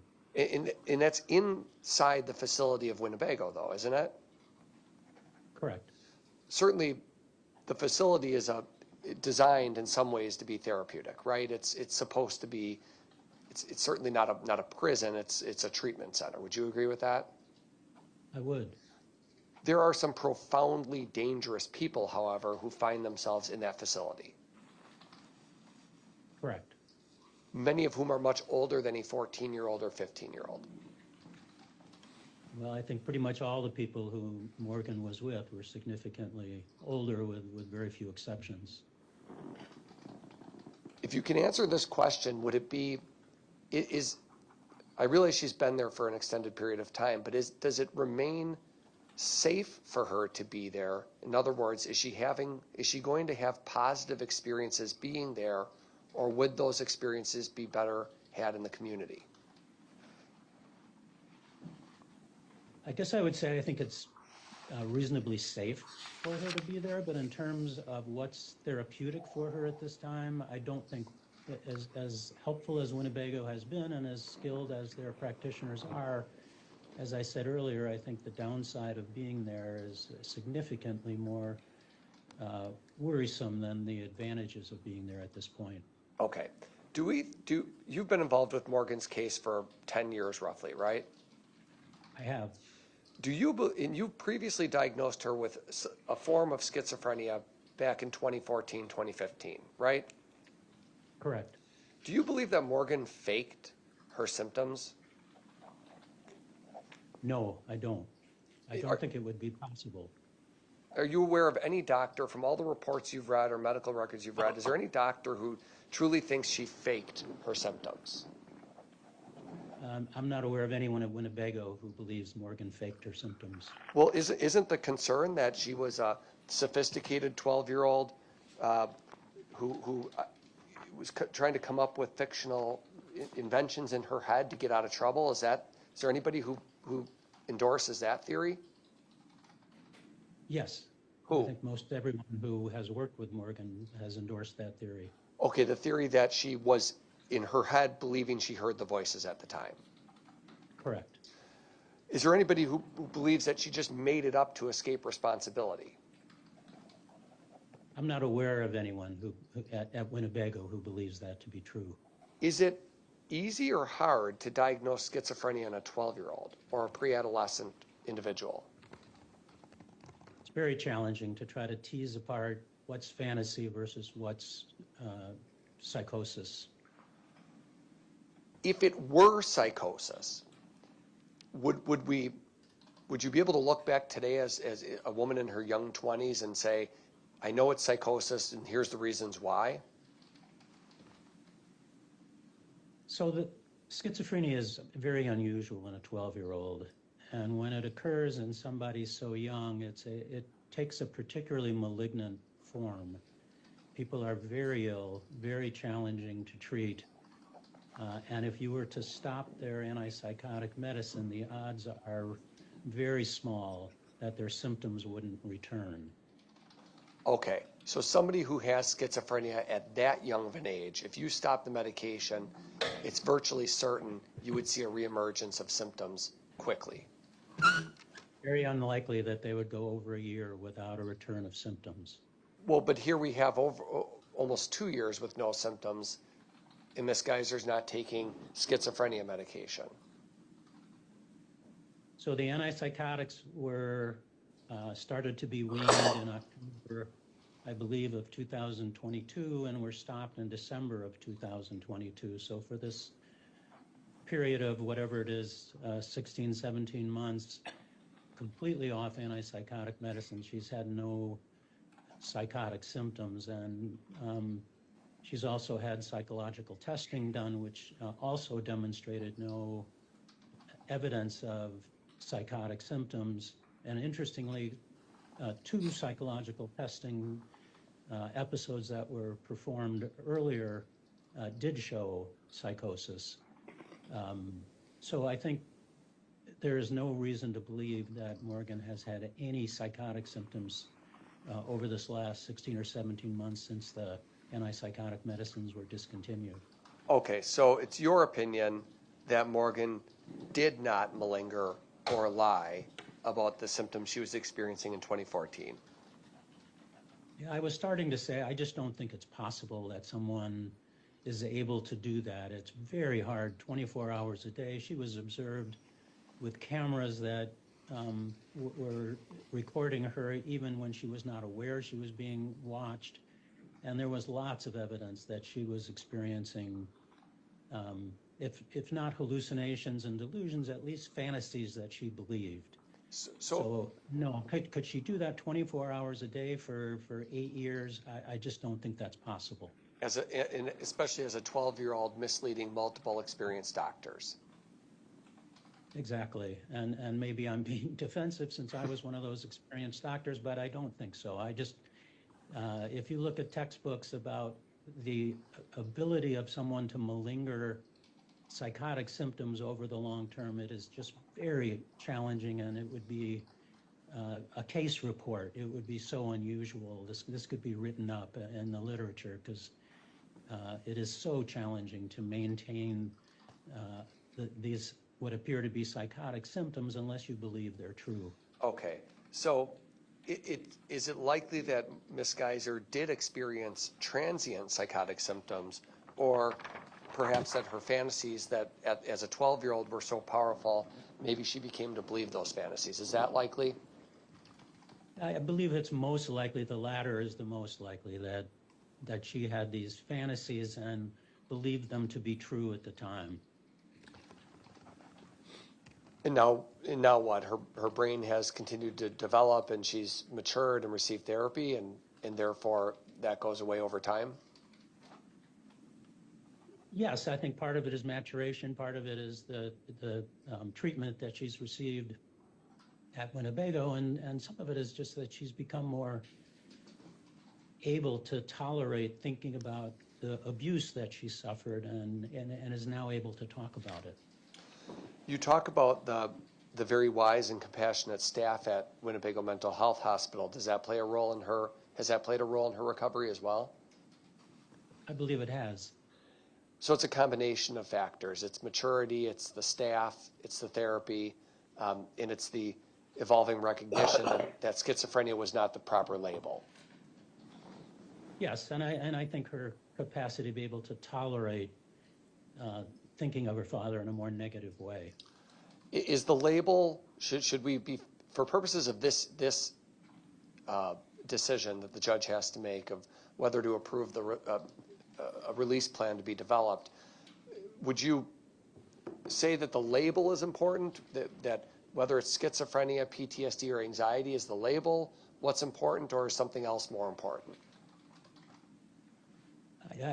It's hard to tease that apart. I think it's a combination of things, but it's, it's the dramatic improvement that's been observed with Morgan, her commitment to treatment, and the progress everyone has seen, the lack of dangerousness, and the need she has for socialization at this point, for starting to, she's a very bright young woman. She has a tremendous amount of potential, but at some point, if she's in an institution too long, I'm afraid she's going to get stuck and not be able to mature in the way adolescents mature. As their brain is developing, they have the capacity to mature, and at some point that becomes more challenging. Okay, so we may be at is that why you use the phrase ideal time for such a release to happen in 2024? Exactly. Because as we go into 2025, or as Ms. Geyser ages, her ability to form those important social relationships is going to further diminish. Exactly. And the capacity of her brain to mature it becomes more and more challenging as she gets older. So in a perverse way, somebody could become more dangerous in a way, or maybe not more dangerous, but less able to function in society the longer they are denied the opportunity to have those relationships. I think that's fair. Well, you used to be the medical director at Mendota. What happens when a person has spent their adolescent years or early 20s? What happens? The person has to be released and they walk out onto the street, or where do they go? Well, they become institutionalized, and it becomes very hard for them to become functional, productive people when they leave.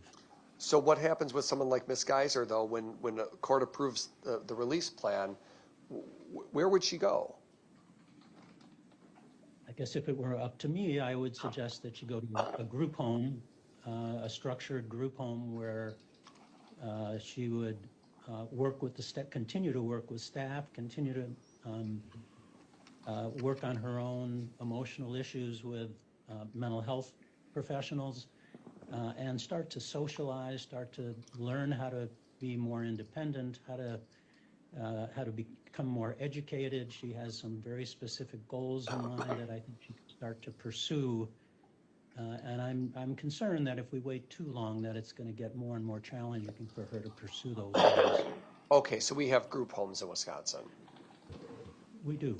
And then Ms. Geyser's team would, in your opinion, should place her in a group home so she can have some more freedom, but not total freedom. Do I have that right? I think that's fair. So it's a structured environment, but somewhat less structured than the locked facility of Winnebago. There would be more ability to be independent, but it would be monitored and observed. And I assume there's staff at those group homes? There is. That would work with people on, you mentioned education and work and socialization. Are those topics that are worked on? Exactly, and they would work with her mental health staff. They form a team and they work together to make sure that she is progressing in a safe manner. Okay, so she moves into a group home for some undefined or extended period of time while those tasks are addressed. Is that correct? It is. Did you ever, when you were at Mendota, see people who were decompensated at a group home and they had to be brought back to a facility? Yeah, unfortunately I did. Okay, so that can happen if somebody it has to be tried, but if it doesn't work, then the person is brought back to Mendota, for example. Exactly, or Winnebago, but that's right. Okay, but if they make progress, then what happens? Would you if Ms. Geyser makes progress, would you envision further relaxation of the restrictions against her? Gradually over time, yes, to a point where hopefully she becomes a productive citizen and reaches the goals she has in mind, which in my view are quite realistic. Let's talk about those realistic goals. Why do you say that? Because she herself is aware that she needs structure, that she'd like to transition to a group home. She's not looking to be completely free. She gets that she continues to need to be monitored and to work with staff, and that she continues to need mental health treatment. She wants to get education. Her initial goal is to become a CNA, a certified nurse assistant, which is, I think, a very realistic goal given her intelligence. And over time in the future, perhaps become a writer, which I also think is a realistic goal. Obviously, it's not something she can start tomorrow, but I think it's a realistic goal to work towards. Right. None of her goals are delusional or grandiose or unrealistic. Agreed. You mentioned in your report that you discussed with Ms. Geyser her WRAP plan, WRAP, and you described it as an excellent plan. Why do you believe it's what is the plan, and what is Ms. Geyser's plan, and why is it excellent in your opinion? Her WRAP plan is essentially how to deal with stress and who she can turn to for help. And she has a list of current peers. I'm sure that will expand if she were to be conditionally released, including her brother and her mother and a number of friends who she feels can be helpful. She has realistic plans about how to deal with stress and various things that she can do to monitor her affect, her mood, and her impulses, and what to do if she becomes concerned about her mood or her impulses, and they're all very realistic. Now, Dr. Lundbom has identified a number of incidents over the past years that give her some concern, and you mentioned in your conclusions that you consider Dr. Lundbom's observations to be that these incidents are minor problems. Can you expand on that? Sure. The example that you mentioned earlier where she was very negative about herself in talk therapy, and a number of Dr. Lundbom's examples are things she pulled out of the talk therapy notes. These are things that happen to everybody in talk therapy. People say negative things about themselves. That's part of what you do in talk therapy, is to try to make sense of yourself, and you look at the good news and the bad news, and to assume that because Morgan says something negative about herself in talk therapy or even on the unit, that to me is what you anticipate for somebody who's maturing. And there are very few adolescents who go through adolescence without saying some very negative things about themselves. There was something about heightened emotionality. What does that mean? I assume there was some period where she became emotional, but again, she's been dealing with a lot of things that we would want to make her emotional. She needs to be looking at the crime and how it happened and how to make sense of that she did such a terrible thing. She needs to make sense of her sexual mistreatment and her father's death. She's got lots on her mind, and it's not surprising that she has periods of time where she's more emotional. Do you feel that Ms. Geyser has an opportunity to become an independent adult if she remains in the Winnebago facility? I think it's, as we can see, she's only had about 6 times where she's gone into the community, even though she's eligible to go into the community, because it's just not something that can happen that often at Winnebago. They don't have the staff to allow that to happen on a regular basis. So her independence is going to be very limited if she stays at Winnebago.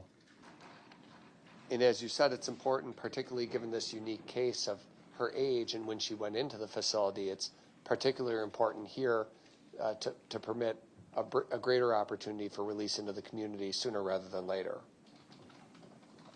Yes, that's my point of view. Is Ms. Geyser's suicidal ideation significantly diminished? It's largely gone. I think she has moments where she is very critical of herself and maybe has fantasies about suicide, but she has not had serious suicide thoughts since the attempt in 2021.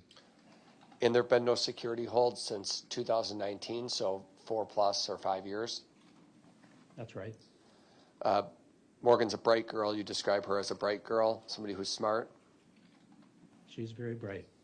You mentioned in your report that she will not, and I think you've testified to this, Morgan won't benefit from further time at Winnebago, you said.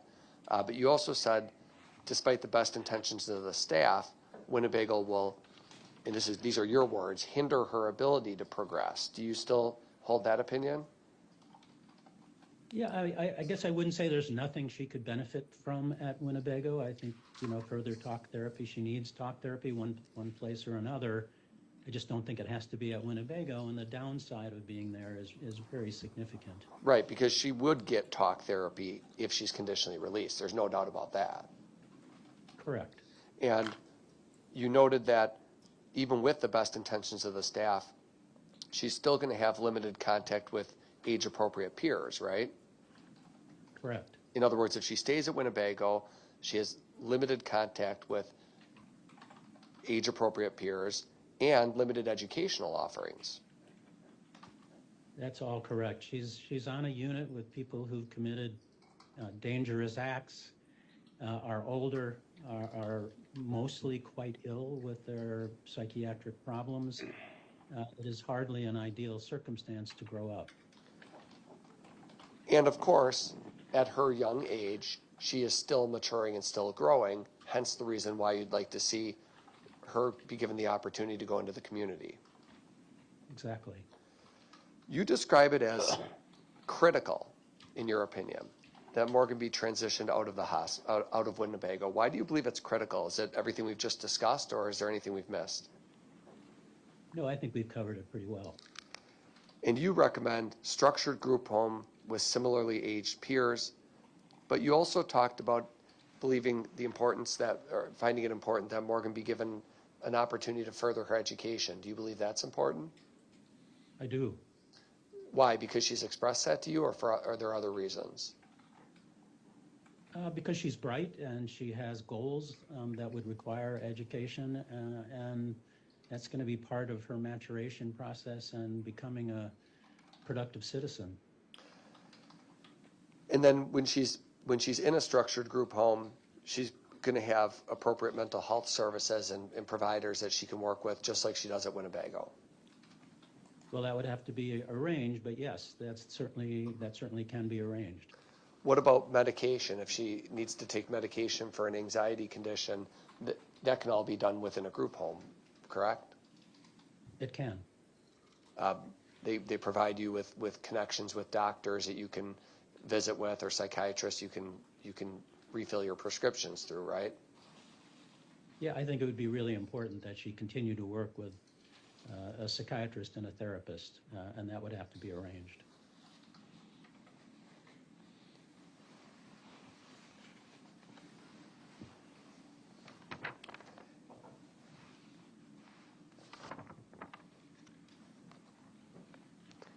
In terms of insight with Morgan herself, do you believe that Morgan possesses insight into the need that she has for that type of support? Yes, she was very clear with me that that's what she feels she needs, and that's part of her RAP plan that we talked about earlier. Thank you. Those are all my questions. All right, thank you. Cross-examination. Good morning, Doctor. Are you currently in California? No, I'm in Madison. Okay. I believe you testified that you have yourself written roughly 40 to 50 conditional release opinion reports. Is that right? Yeah, that's a wild guess, but yes, that's what I said. Okay. It would be fair to say that it's been a very small portion of your career has been devoted to forensic psychology, correct?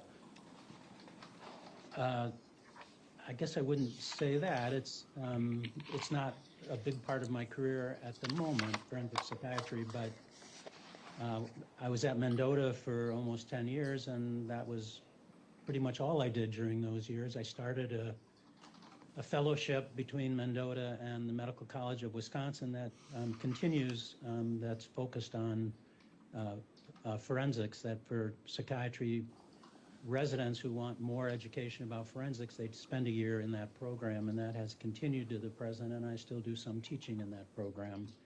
So I guess I wouldn't say it's a very small part, but at this moment, it's not a big part of what I do. What about yourself as far as competency evaluations? Have you done a lot of those over the course of your career? I have. Any rough estimate? So when I was at Mendota, I supervised all the competency evaluations. So there were hundreds that I supervised during the 90s. Since then, I don't know, maybe 30 or 40, not a huge number. Since the 90s? Yeah, that's right, in the last 25 years or so. And you did the mental responsibility evaluation in this case, right? I did. And how many of those have you done since the 90s? More than competency. I would guess 70 or 80. Okay. If I hear you right in this case regarding conditional release, you look at this as a balancing test, correct? Yes, that's fair. Balance between risk to the community and here benefit to Morgan, right? Exactly. And you certainly see that there's a greater benefit to Morgan than any risk she would present to the community. Is that right? That's my belief, yes. And because of that, you believe she's suitable for conditional release at this time. True? Well, it's a combination of factors. I don't see dangerousness to the community, and I see there being more advantages than disadvantages to transition her out of Winnebago at this point. And because there are more advantages to her, you believe she's suitable for release? Well, that in combination with the fact that I don't see danger to the community.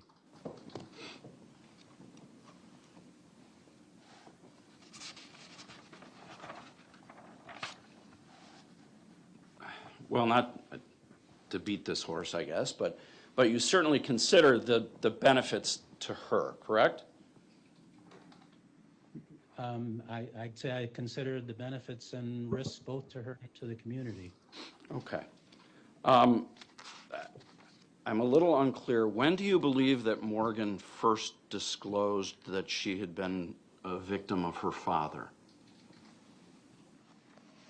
So I don't know that, but the first that there are notes in the Winnebago charts about, so she had talked to her mother about this long ago, but in terms of talking to treatment providers, the first that I see that is the psychiatrist who was working with her in 2021 and 22.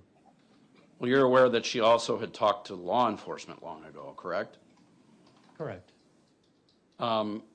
And really the evidence we have comes solely from Morgan, true?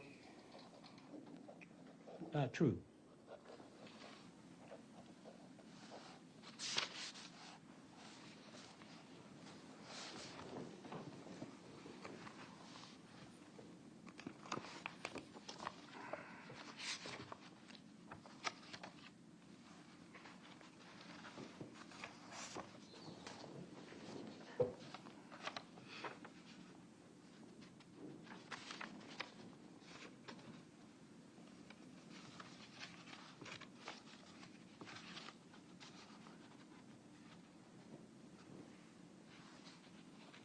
Thank you, doctor. That's all I have.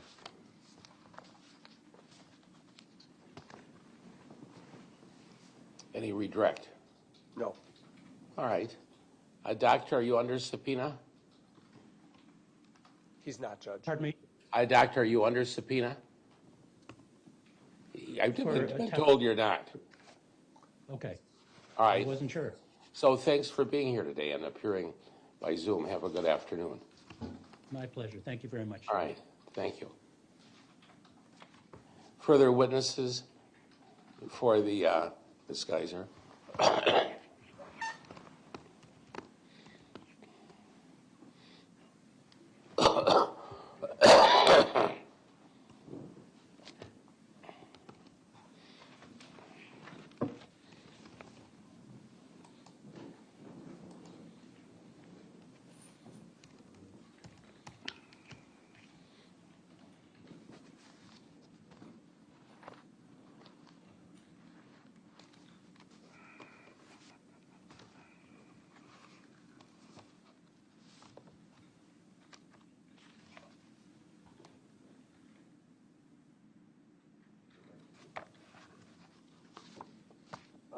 Okay, Miss Geyser would like to test.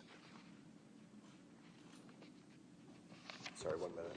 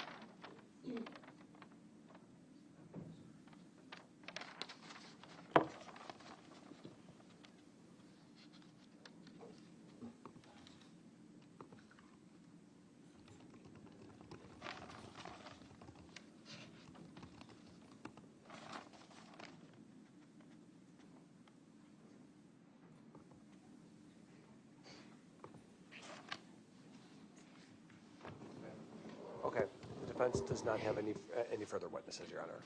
All right. I view this as a civil proceeding. I do too. All right. State agrees? Yes. All right. All right. Very good. Thank you. With that, then the defense rests.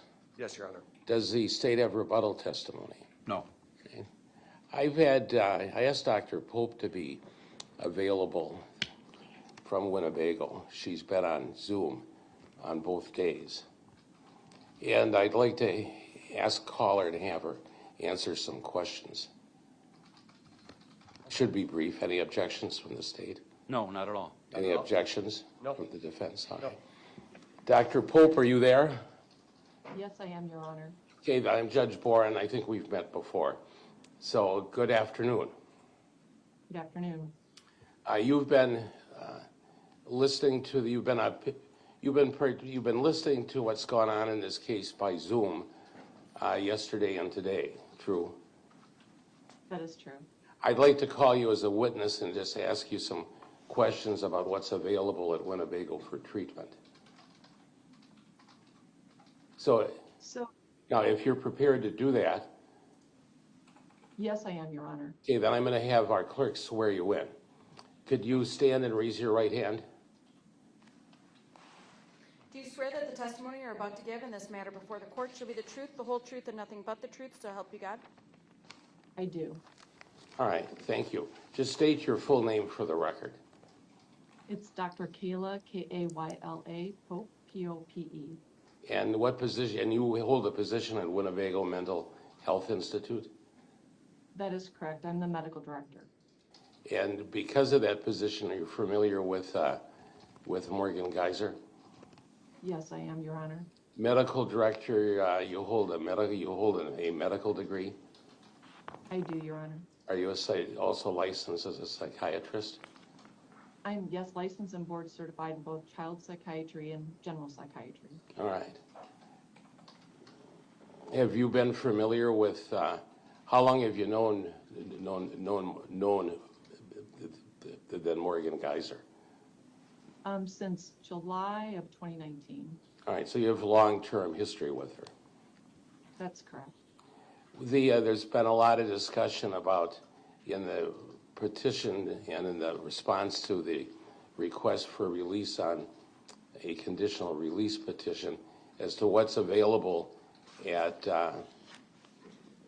Winnebago if she's not released, and what is the proper course of action for her in the future. Are you prepared to comment upon that? I am, Your Honor. So has already been identified by the experts. Morgan has already reached the highest level of privileges at Winnebago. She has actively participated in therapy, medication management, and all the treatment rooms that are available. At this point, she has optimized all that is available for Morgan. And as Dr. Robbins pointed out, we have very little ability to provide Morgan with experiences in the community. And I would agree with him that at this juncture, it's critical for her to have those experiences to help her continue with her development and socialization. If she remains at Winnebago, what impact does that have on the risk assessment as to her dangerousness? I don't think it would have much impact. I think at this point she is safe to return to the community, and I don't know that there's much more that could be done to make her safer. Dr. Robbins, in his report and in his testimony, recommended if she is released to a group home to facilitate further acclimation into the community. Has that been, if you have experience with that type of remedy? I do, Your Honor, and I do think that would be an appropriate placement for her.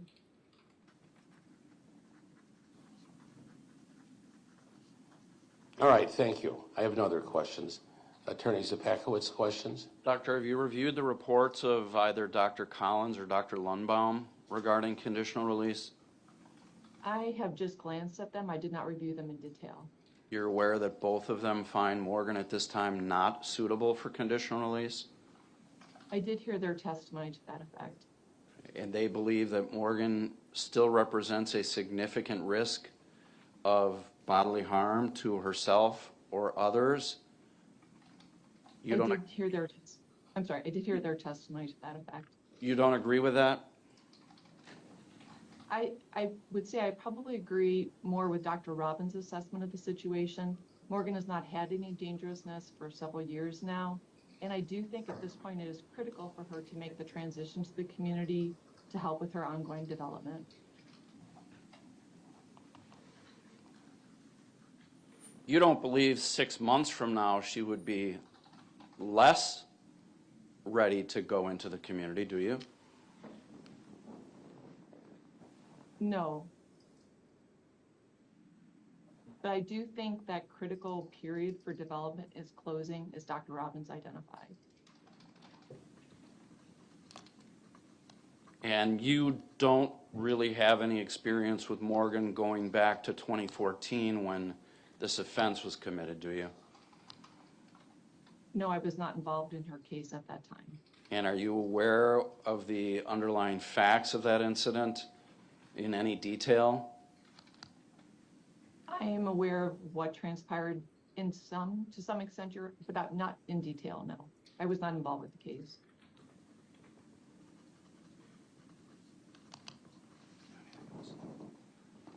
Nothing else, Judge. All right, thank you. Any questions, Attorney Cotton? Thank you, Doctor. The team at Winnebago will work with Morgan to figure out the right way for her to transition, right? That's correct. We'll work with her community team. She already has a team that's been put together waiting for the judge to approve things, right? That's correct. And so if Judge Boren gives the green light today or tomorrow, is that team ready to meet and put pen to paper and figure out the plan? I think the process is there's a 60-day period for them to put together a plan. Okay, and then they file it with the court to see if the judge approves. Correct. Okay, so the team is ready to go. Morgan has a relationship with them. Can they do that within 60 days based on your experience? Does that seem like a sufficient window? Sometimes they ask for an extension if it isn't enough time. Okay, so if they need more time for some reason here, they can ask for that. Correct. And then they'd give their report to Judge Boren and he can make his decision from that point. Correct. Okay, thank you, that's all. Attorney Zapakowicz, anything further? No. All right, well, I have no further questions, ma'am. Thank you for being available to testify today. I appreciate that. With that, that concludes the testimonial part of the hearing today. True from the state standpoint? Yes. True from the defense standpoint? Yeah. Yes. All right. Then we'll close all testimony. I'll hear argument this afternoon. Now, I've mentioned the fire drill, or not rather the tornado drill. I want to avoid that. That'll be a interruption, needless to say, and disruptive to thought process if we're involved in anything when it starts. So I'm going to recess the case to 2 o'clock. Now, that should be at the end of the tornado warning and the participation here. As I indicated, we're in a unique position because we're the shelter right here in this courtroom. So I know that we'll have people coming in and it'll be disruptive. So we'll adjourn recess to 2 o'clock. Okay, and then I'll hear argument from both sides. Thank you. Thank you. Have a good day then, or good morning and initial afternoon.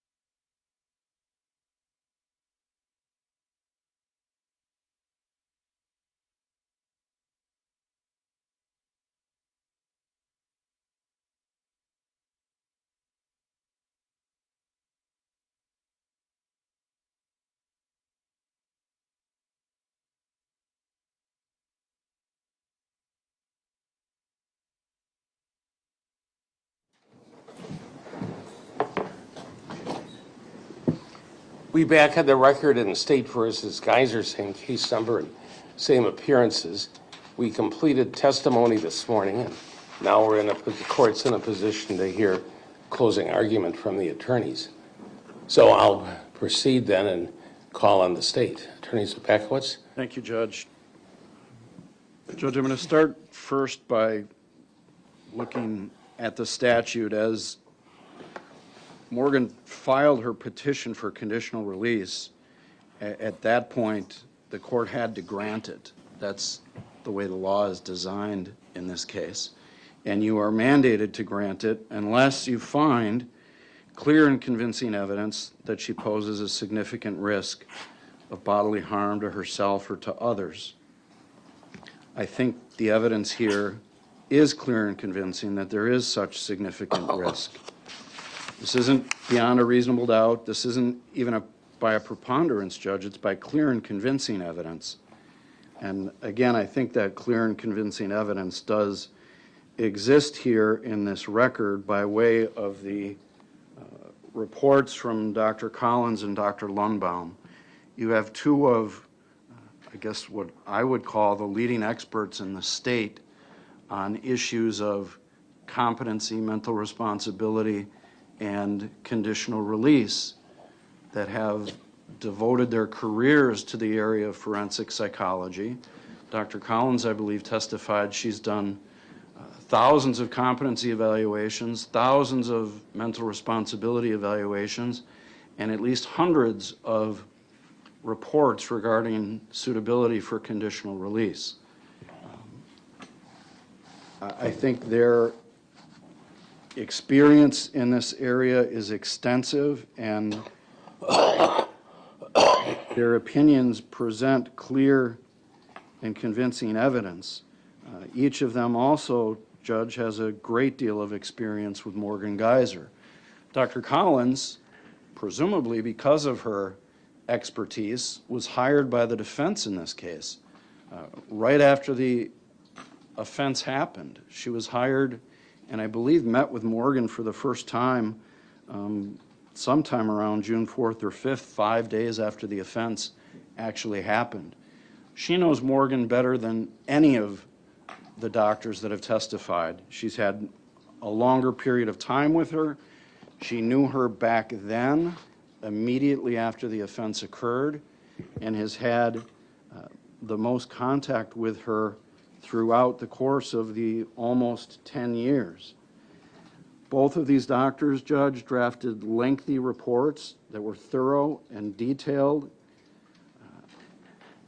I guess I can't really say that quantity equals quality, but I think when you look at the reports of Lundbom and Collins, certainly the quantity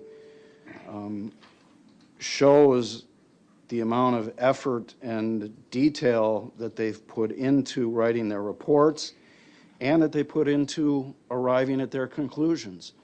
Certainly, in my opinion, much more so than Dr. Robbins. His report is 6 pages long. It doesn't have the same detail. It doesn't have the same thoroughness. It doesn't have the same recitation of what's gone on at Winnebago with Morgan in terms of treatment and therapy. Their reports, Judge, I submit, are better. They're more well done. And I think the fact that they are that gives them better quality than the report, and ultimately a better conclusion than is arrived at by Dr. Robbins.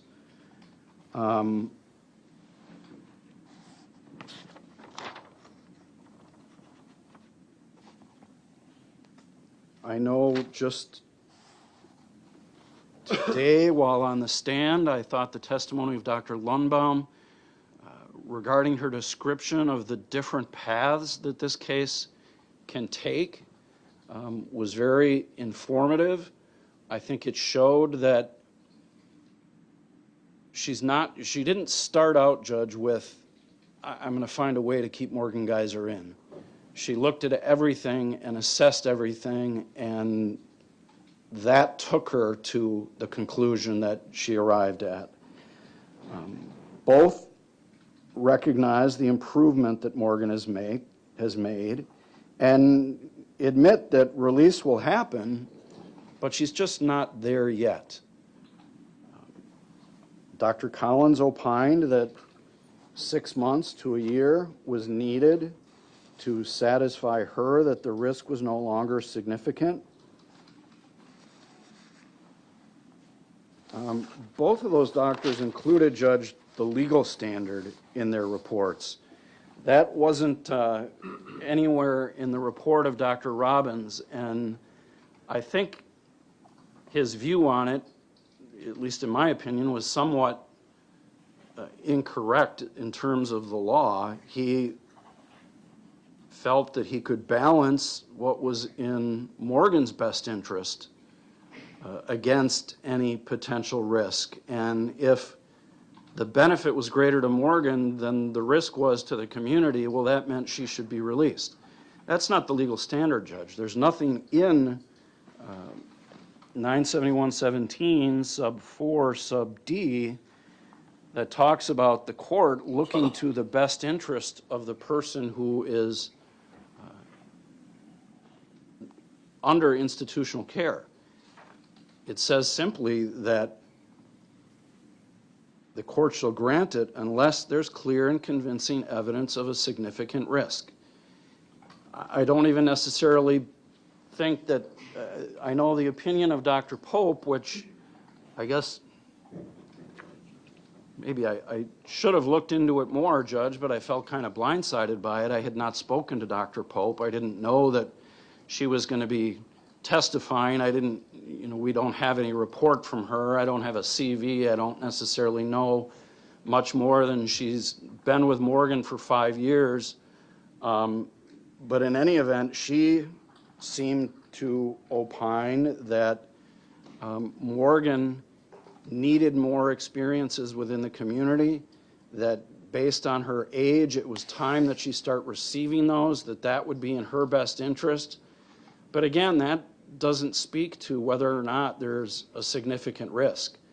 I know she did say that she didn't feel there was a risk, and she was more aligned with Dr. Robbins, but again, without having a full report from her and knowing the entire basis for her opinion, I don't think the court should give that opinion as much weight as Dr. Collins and Dr. Lundbom deserve.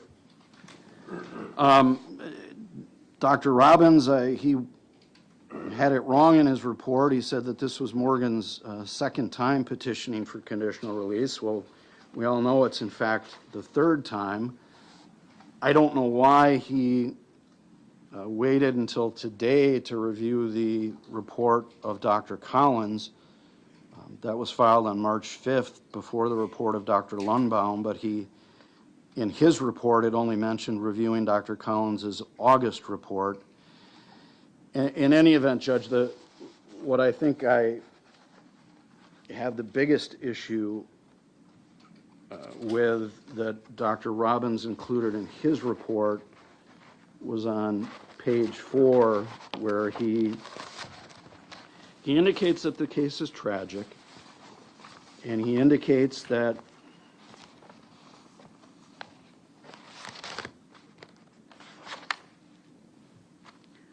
this is a particularly tragic story with many victims. No, there are not many victims here, Judge. There's one victim. There's one victim who almost died, and that was the victim in this case. There's one victim in 2014 CF 596. He states, including, of course, PL, but also including Morgan. I don't accept that, Judge. Morgan is not a victim in this case. If Morgan was a victim of her father, yes, that is also tragic, but the only information we have about that comes from Morgan. The information we know about our victim is that she was stabbed 19 times and left in the woods to die by Morgan and Anissa Weier. We know that she was found by a citizen witness because she cried for help. Help me, I've been stabbed. We know emergency personnel came to the scene, found her covered in blood. We know she was taken for medical treatment. Doctors opined that she was within 1 millimeter of losing her life. She had significant injuries to her liver, pancreas, and stomach, all of which had been stabbed. Her heart was struck by the knife. One victim in this case, Judge, and that was her. And she'll be a victim in this case for the rest of her life. She will have significant scars that she carries with her for the rest of her life as a result of what Morgan Geyser did. I would be remiss, Judge, I think Marcy's law requires me to let the court know that the victim's family is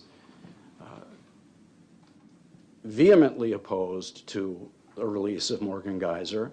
I know they indicated they did not wish to make a statement, but certainly wanted me to convey that to the court.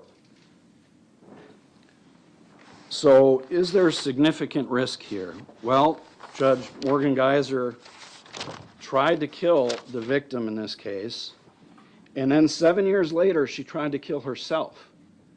That was less than 3 years ago. I think that alone shows there's risk here, and the fact that it's a significant risk is supported by the doctors in this case.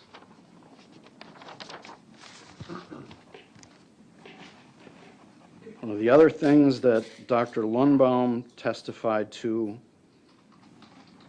today was, well,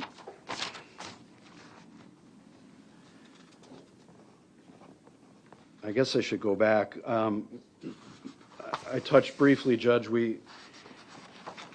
it's not clear if Morgan was a victim of her father. The only evidence we have comes from her. We have another issue that was brought up by her about, well, was she faking all these years? The doctors say no, but I guess the question then becomes is, why is she saying that now? We don't know. That's not clear. We don't have a clear answer on that. We don't have a clear answer, Judge, on why she committed this offense. For years, the thought was, well, she's suffering from schizophrenia. She believed Slender Man was real. She believed Slender Man was going to harm her and her family. And she felt that she had to do this to appease him. Now we're getting a different version. We're hearing, well, she believed in Slender Man, but she wanted a way out of her family situation. So the motivation here is no longer even clear.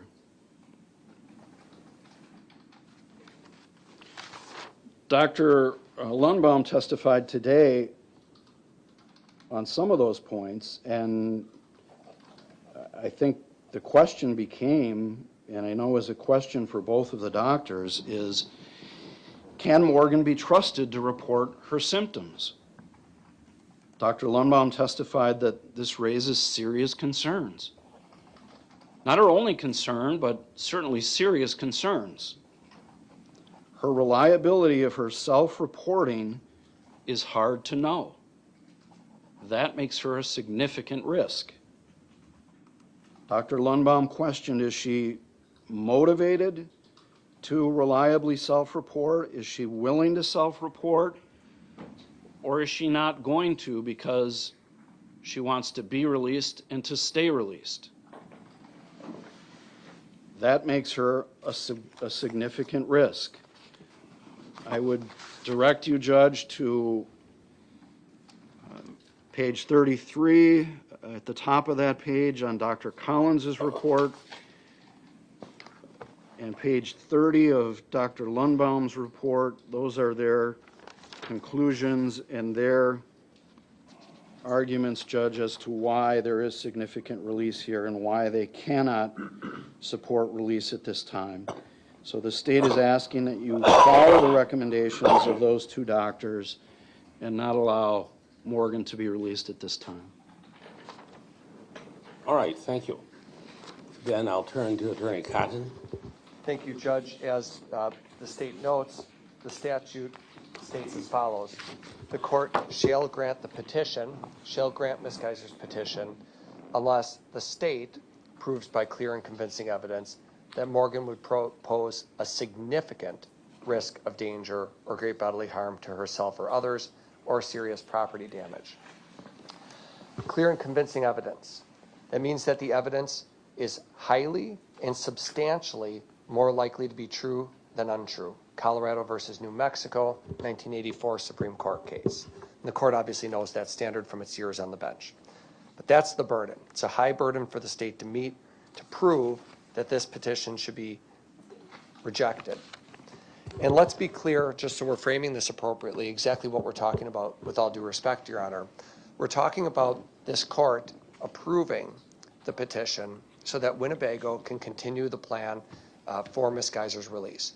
She does not go anywhere today other than back to Winnebago, where she will remain at the mental health hospital for 60, 90, 120, however many days it takes or extensions they need for the hospital, for Winnebago, to come up with the release plan and submit it to this court. You are the gatekeeper. And if you grant this petition today, it doesn't result in Ms. Geyser simply walking out of the doors and going into the community. And even once this court grants the petition, even when that happens, she will have 30 more years of supervised release over her head. This is she's served a significant period of time, but there's a significant period of monitoring that will take place after that. So nobody's talking about releasing Morgan today. And I'm sorry that the state feels blindsided with the court's decision to call Dr. Pope. Certainly we had no more advance notice than they did, but I thought it was a good decision. And what was significant about Dr. Pope and Dr. Robbins, what's particularly significant about those two doctors, is both of them, respectively, have been either are the medical director of one of our two mental health hospitals or are a former director of Wisconsin's mental health hospitals. Dr. Robbins was the medical director of Mendota for a decade. In that capacity, I don't know if it seems to be that the state is suggesting there's maybe a lack of quality with Dr. Robbins. The credentials he brings to the table are frankly as high as any person you could ever call in a courtroom to offer an opinion about something like this, because he's spent his whole career working with mental health patients. He ran Mendota. He was in charge of all the doctors who drafted release plans and worked on release plans. And then Dr. Kayla Pope currently runs the Winnebago Mental Health Facility. And so when I hear the state suggest that it's just Dr. Collins who has significant experience with Morgan, that's not true. Dr. Robbins was involved in this case right out of the gate, just like Dr. Collins. Look at the case history reflects his involvement right away. So he has just as much historical years with Ms. Geyser as Dr. Collins does. And what's significant is that while Dr. Robbins supports release right now, the two reports aren't that far apart if we're looking at them closely. Dr. Collins does say today, this moment, Morgan should not be released, in her opinion. But she offers the opinion that it should happen in the coming months. That's the language she used in her report. And whether that's 3 months or 6 months or however many months it is, by giving the green light today for Winnebago to begin the transition process, that's consistent with Dr. Collins' recommendation, that's consistent with Dr. Robbins' recommendation, and it's consistent with what Dr. Pope said. In fact, the only doctor really, truly coming up here maintaining total opposition is Dr. Lundbom, one of the four. And I don't know that we weighed up the number of this versus that, but Mr. Sapakowicz is talking about Dr. Collins having all this experience with Ms. Geyser, and that's true. She has met her on a number of occasions, and she's been involved, and we've had her involved. Dr. Pope testified today that for the last 5 years, she's been involved with Miss Geyser. 5 years straight in the mental health facility at Winnebago. That's how long she's been involved. And what she said, Judge, is that she's known Morgan since July of 2019. And I think that Your Honor had said, so that's a long-term history with her, or she had said that's a long-term history. And then she said, Morgan, and this is consistent really with every doctor, Morgan has received the highest level of services available at Winnebago. Quote, she has optimized all that is available. We have very little opportunity to provide socialization to her. And she heard all of the testimony from each doctor. She listened to it for 2 days. And she told this court that she agrees with the conclusions of Dr. Robbins more than the other 2 doctors. This is the director of the facility that Miss Geyser is currently housed at.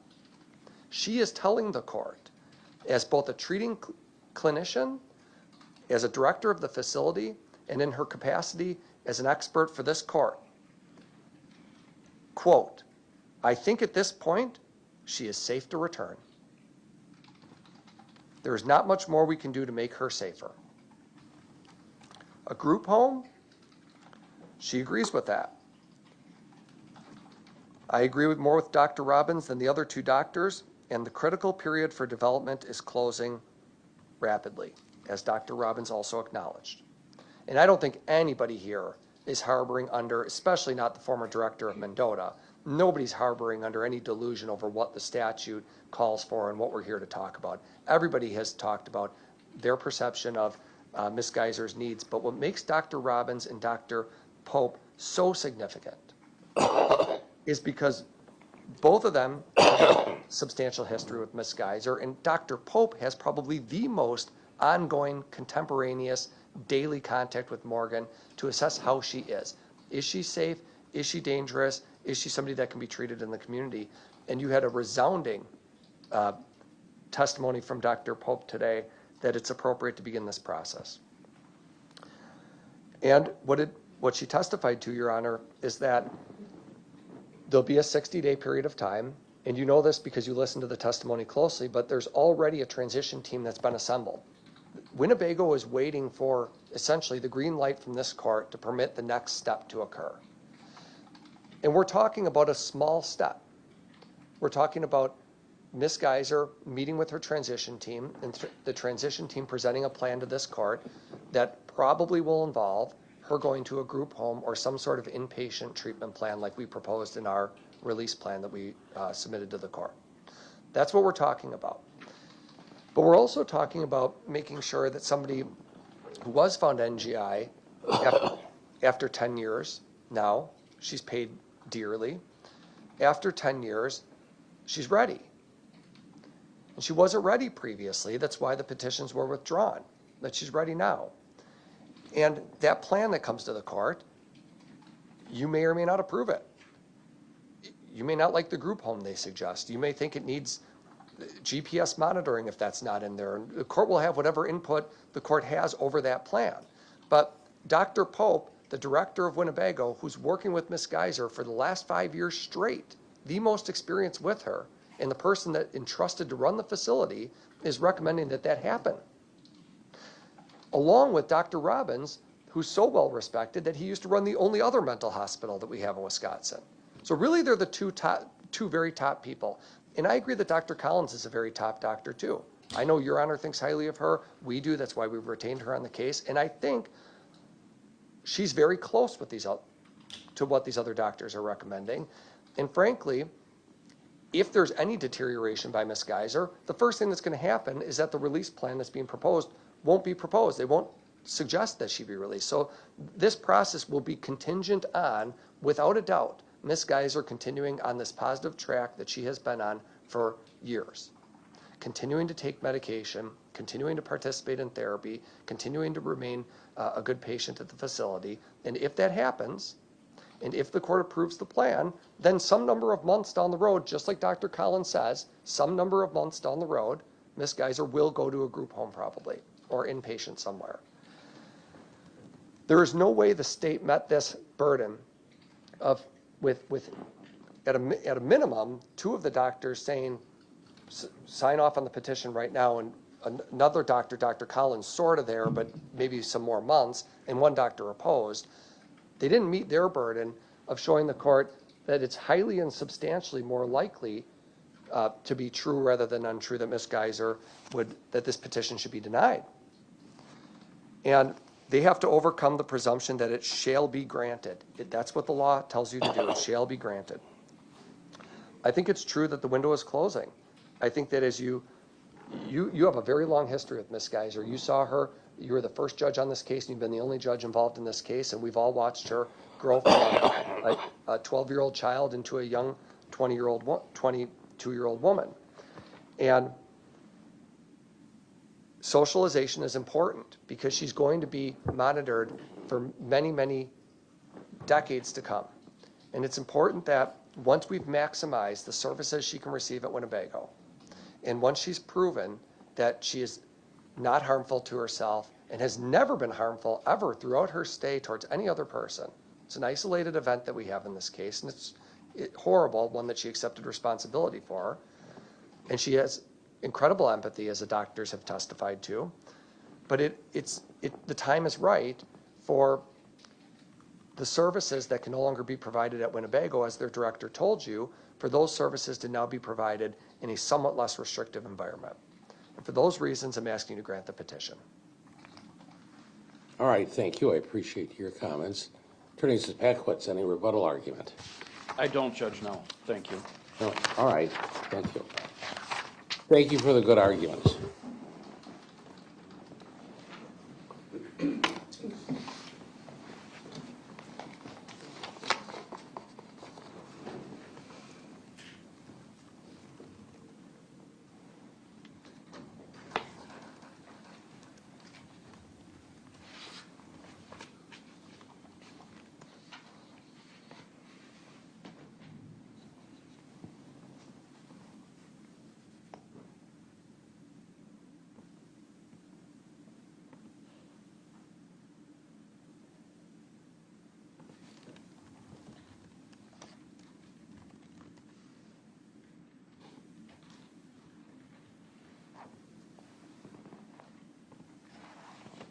One aspect of the case, the court's in a position to rule, and I'll rule this afternoon with regard to the petition for supervised release. As was with the doctors that testified, the court's been involved with this case since the beginning. And as is Mr. Zipakowicz and as has Mr. Cotton. So the history, the anecdotal history of the case goes back for the length of the legal proceedings on all sides and in all facets.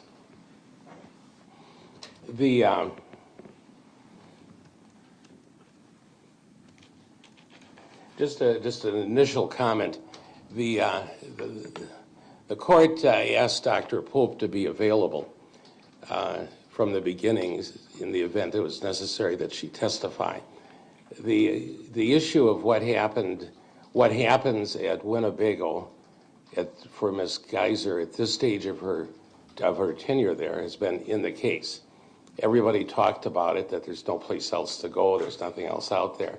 I thought it was necessary that somebody from Winnebago be here to tell us what it really is, so we know what the status is. That's why I asked her to be present, and she repeated, didn't repeat, but she said what other doctors had said, that basically there isn't any place else from a remedial standpoint, not much else for Ms. Geyser to do.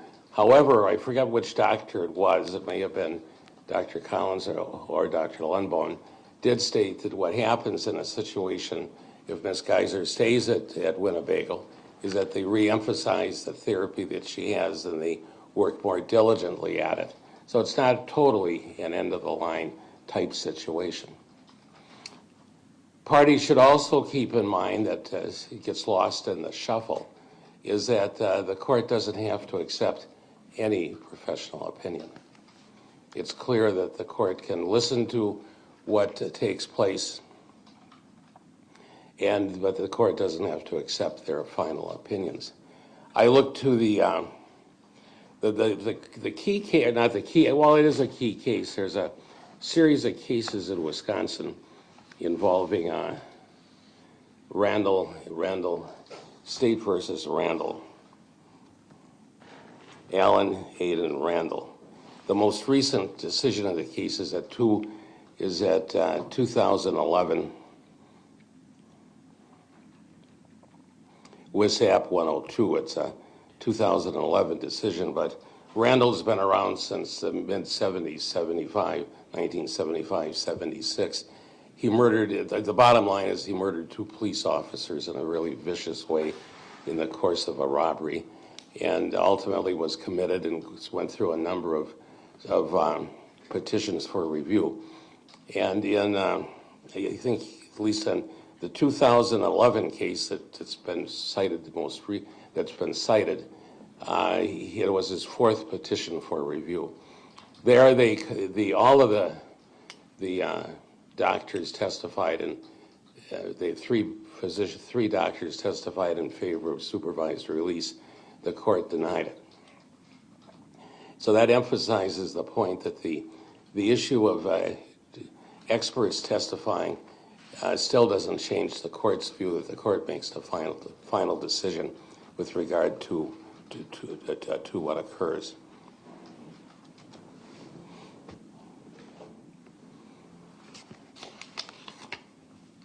So I do begin my analysis of the case going to the statute that's been cited, but I want to reemphasize what it says. It's in 971.17 sub 4 sub D. It says the court without a jury shall hear the petition within 30 days after the report of the court appointed examiner is filed with the court. The court shall grant the petition unless it finds by clear and convincing evidence that the person would pose a significant risk of bodily harm to himself or herself or of serious property damage if conditionally released. In making the determination, the court may consider without limitation, because of remuneration, the nature and circumstances of the crime, the person's mental history and present mental condition, where the person will live, how the person will support himself or herself, what arrangements are available to ensure that the person has access to and will make necessary medication, will take necessary medication, and what arrangements are possible for treatment beyond medication. So that is pretty well set forth also in the Randall case from 2011, which, as I indicated, is the most recent, really substantive case on the issue. I did some, as all good lawyers do, I shepherdized it.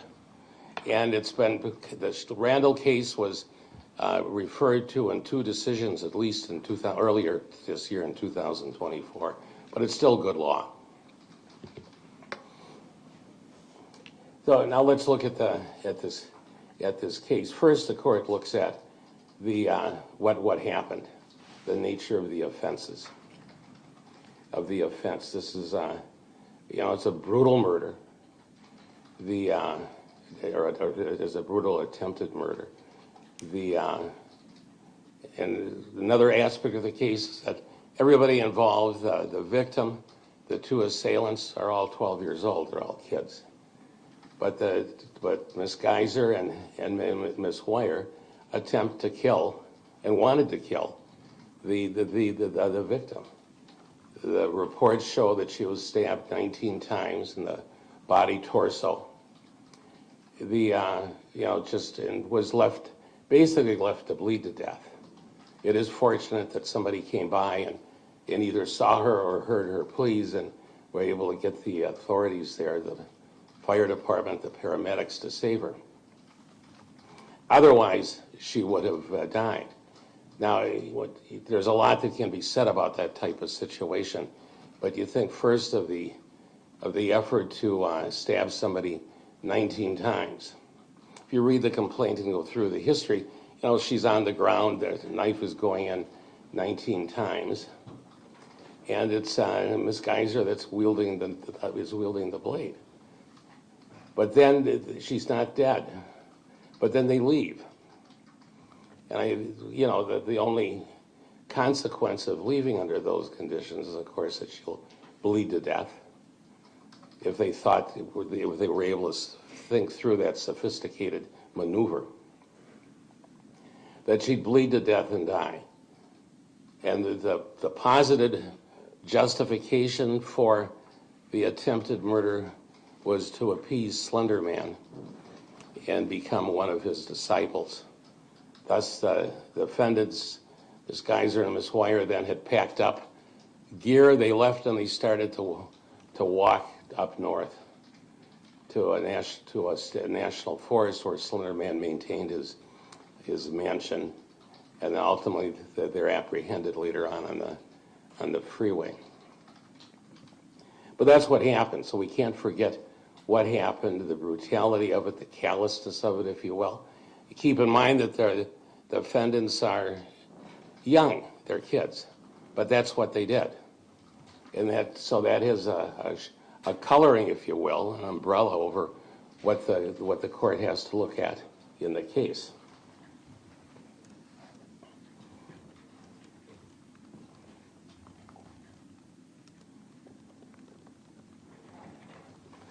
Now we get to really analyze the reports, and I've read the reports. They came in early in preparation for the hearing. I read the reports and I've heard the doctors testify. What is significant, and we've talked about it, but we can't overshadow, we can't forget what those reports show and what the evidence presents. When we talked about the attempted murder, the rationale, if you will, for the attempted murder was Slender Man. That was the impetus for it. That's why it happened. That's how the case proceeded. That's how the initial diagnoses came forward. Those were the operative facts, the operative mental health facts, if you were, for the case. Now, the court is, I mentioned at the beginning of the hearing, ultimately, just to step back a minute, ultimately the court found the defendant guilty and the not guilty by reason of mental disease or defect based upon the statute. I committed her to the maximum that was available, and that was a 40-year commitment.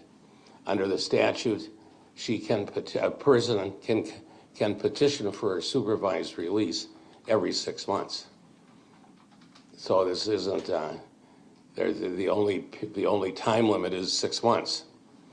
So that's why it brings us here today. There were 2 other petitions filed. Ultimately, they didn't go forward. Now we're here on the 3rd petition. But that brings us, that's what we're here for today. Now back to this Slender Man situation. The diagnosis then was schizophrenia and some very sophisticated diagnosis with regard to both of the 2 defendants. That's how the case operated.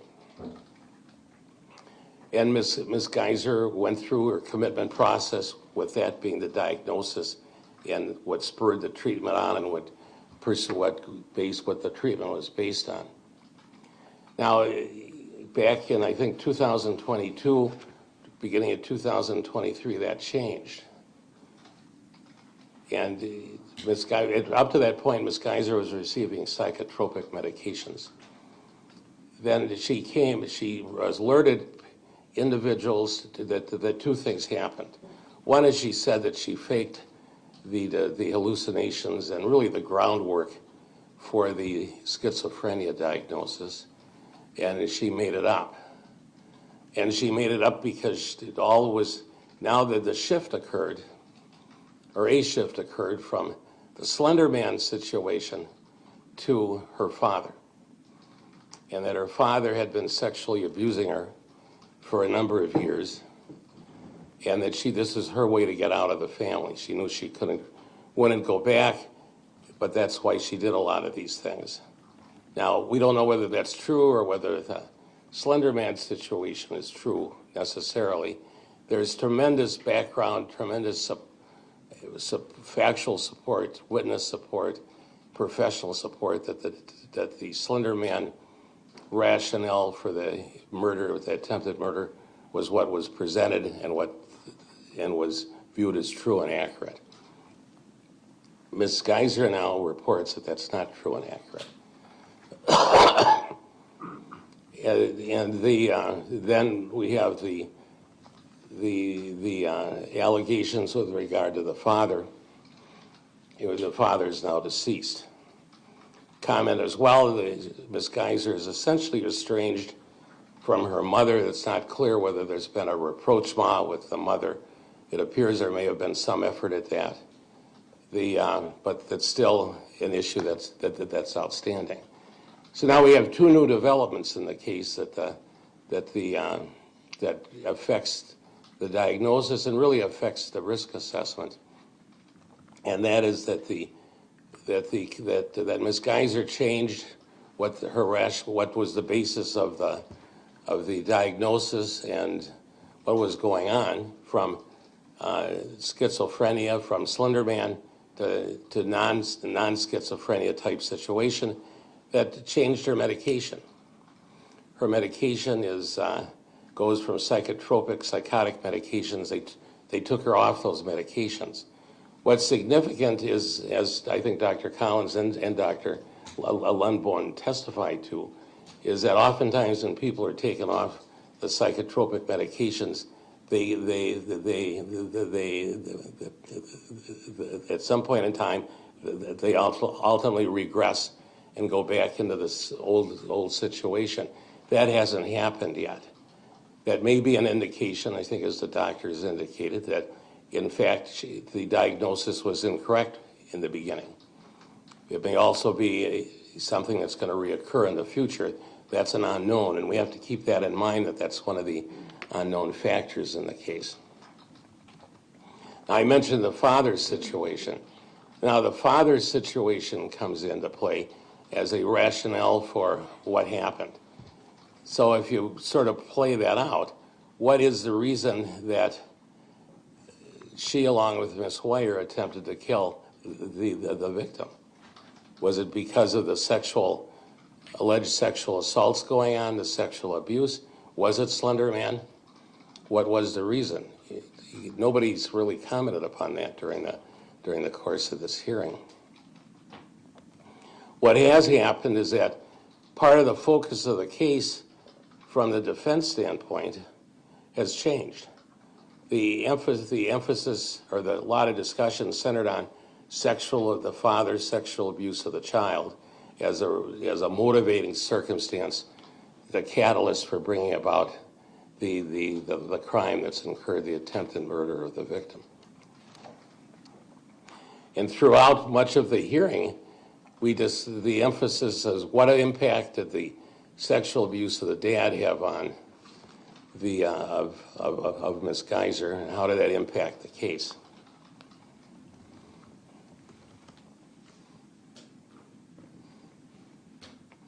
The testimony of certainly of Dr. Lundbom, more than Dr. Collins, but Dr. Collins as well, is that the change in emphasis by Ms. Geyser as to what happened creates a credibility issue on her part as to what to believe, what not to believe. Is she a credible reporter in the future? Currently, is she a credible reporter currently as to what's really going on? What's been said oftentimes by the experts, and what we have to remember, is that in a case such as this, what impacts the perpetrator, what impacts someone in Ms. Geyser's position, is only known by the person. These are things that happen to them mentally. It's not something that somebody takes a picture of and say, isn't this what happened? You don't have that. You have to rely upon the reporter. So the credibility of the reporter is exceptionally important.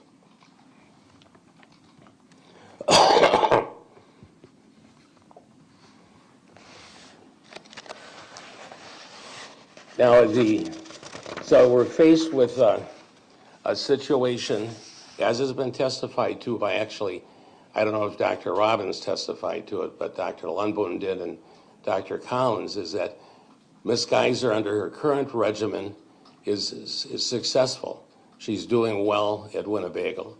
She's participating well, but she limits her participation. She doesn't go out on working as much as she could. She doesn't go out on as many efforts to get out in the public as she could. But the most they can do is what they've done. So it's almost to repeat, maybe with more emphasis of what's happening. But it's certainly, that's where she is, and that's what Dr. Pope emphasized with regard to her testimony. The solution that's offered by Dr. Robbins and to an extent by Dr. Lundbom, who mentions the halfway house as well in her report, is that she should be released to a halfway house and they do the rest of the work. The court reacts to that in a negative way. That means that the ultimate issue of risk assessment can't be made today. It has to be made after the torch is passed, if you will, to somebody else. That can't be the case. This court has to be able to make those assessments. Part of what the statute talks about is factors for the court to consider.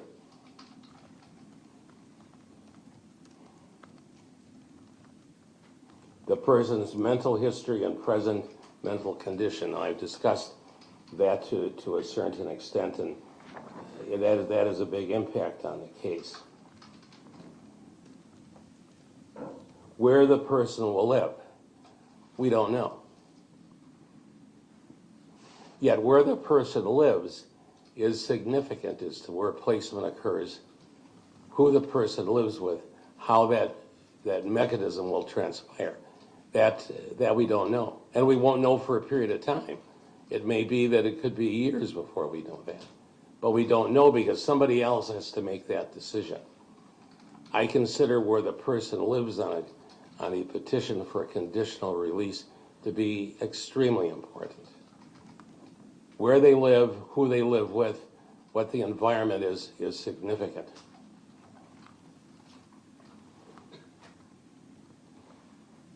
How the person will support himself or herself.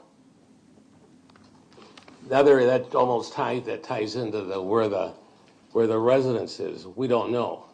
At this point, there's no plan out there. There's nothing that's been worked out. Now, of course, you see, well, in conditional release, that'll be worked out. But that's a factor the court has to know. Do they have somebody to help support them? Do they have a job they can go to? Do they have a plan for job training? All of that is really left open in this case.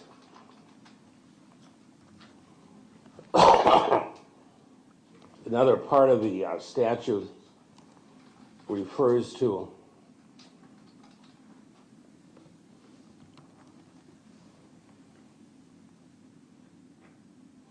arrangements available to ensure that the person has access to and will take necessary medication, and of what arrangements are possible for treatment beyond medication. Well, I'm satisfied that any conditional release plan, when it comes back, it'll have adequate provisions for that, for the medications and how that's continued. Now, that's in the normal course.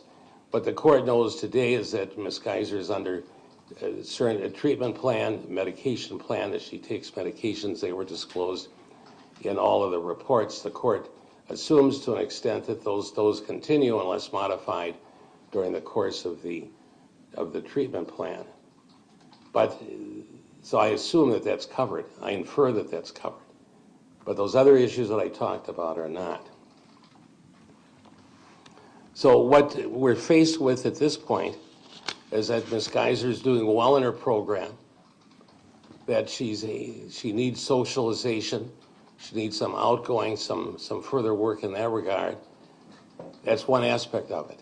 The other aspect is her credibility is at issue. she's changed her position, and her credibility as a reporter is at issue. That the credibility of the reporter is critical to what assessments are made, how professionals, how mental health professionals make decisions. They're critical to how legal people make decisions. The credibility of the reporter is paramount, because that's the factual basis, that's the factual foundation for what occurs. When you put all of these issues together that I've talked about, all of these factual circumstances,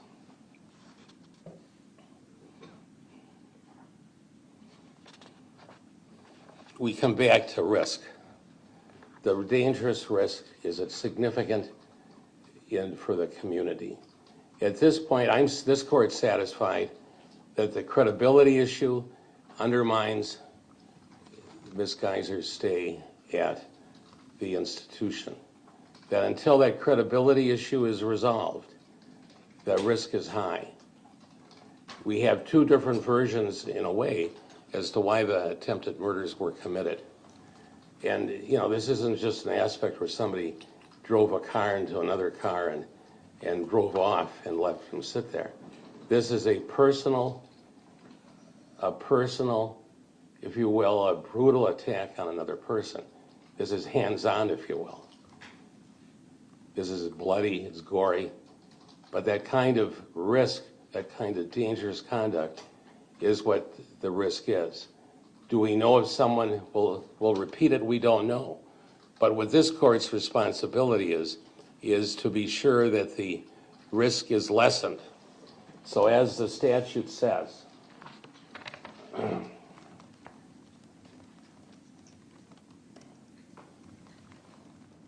the court shall grant the petition unless it finds by clear and convincing evidence that the person would pose a significant risk of bodily harm to herself or to others or serious property damage if conditionally released. This court is satisfied by evidence that's clear and convincing that Ms. Geyser does pose a significant risk of bodily harm to herself, to others, or of serious property damage for the reasons that I've stated. Now, as she works hard, she continues to do what she's supposed to do, but that doesn't change this risk. Remember that the community is concerned with risk, dangerous risk. The community is concerned to a great extent as well with what happens to Ms. Geyser. But the primary concern in the balancing, and we talked about balancing earlier, in the Randall case, they talk about the balancing that goes on in the court's decision. The ultimate determination of dangerousness requires a careful balancing of society's interest in protection from harmful conduct against the equity's interest in personal liberty and as well as autonomy. So that's the balance. But the balance is the public interest in staying away from harmful conduct. Under these circumstances, this court satisfied that the scales tip in favor of the public, and it tips that way by clear and convincing evidence. So in this matter, after hearing all of the credible evidence, which I'm satisfied was very well presented by both the state as well as by the defense, I'm satisfied that the petition should be denied. So ordered. With that, I'll remand Ms. Geyser back to the Winnebago Mental Health Institute. So ordered. Thank you. Thank you, Judge. Okay, court will be in recess.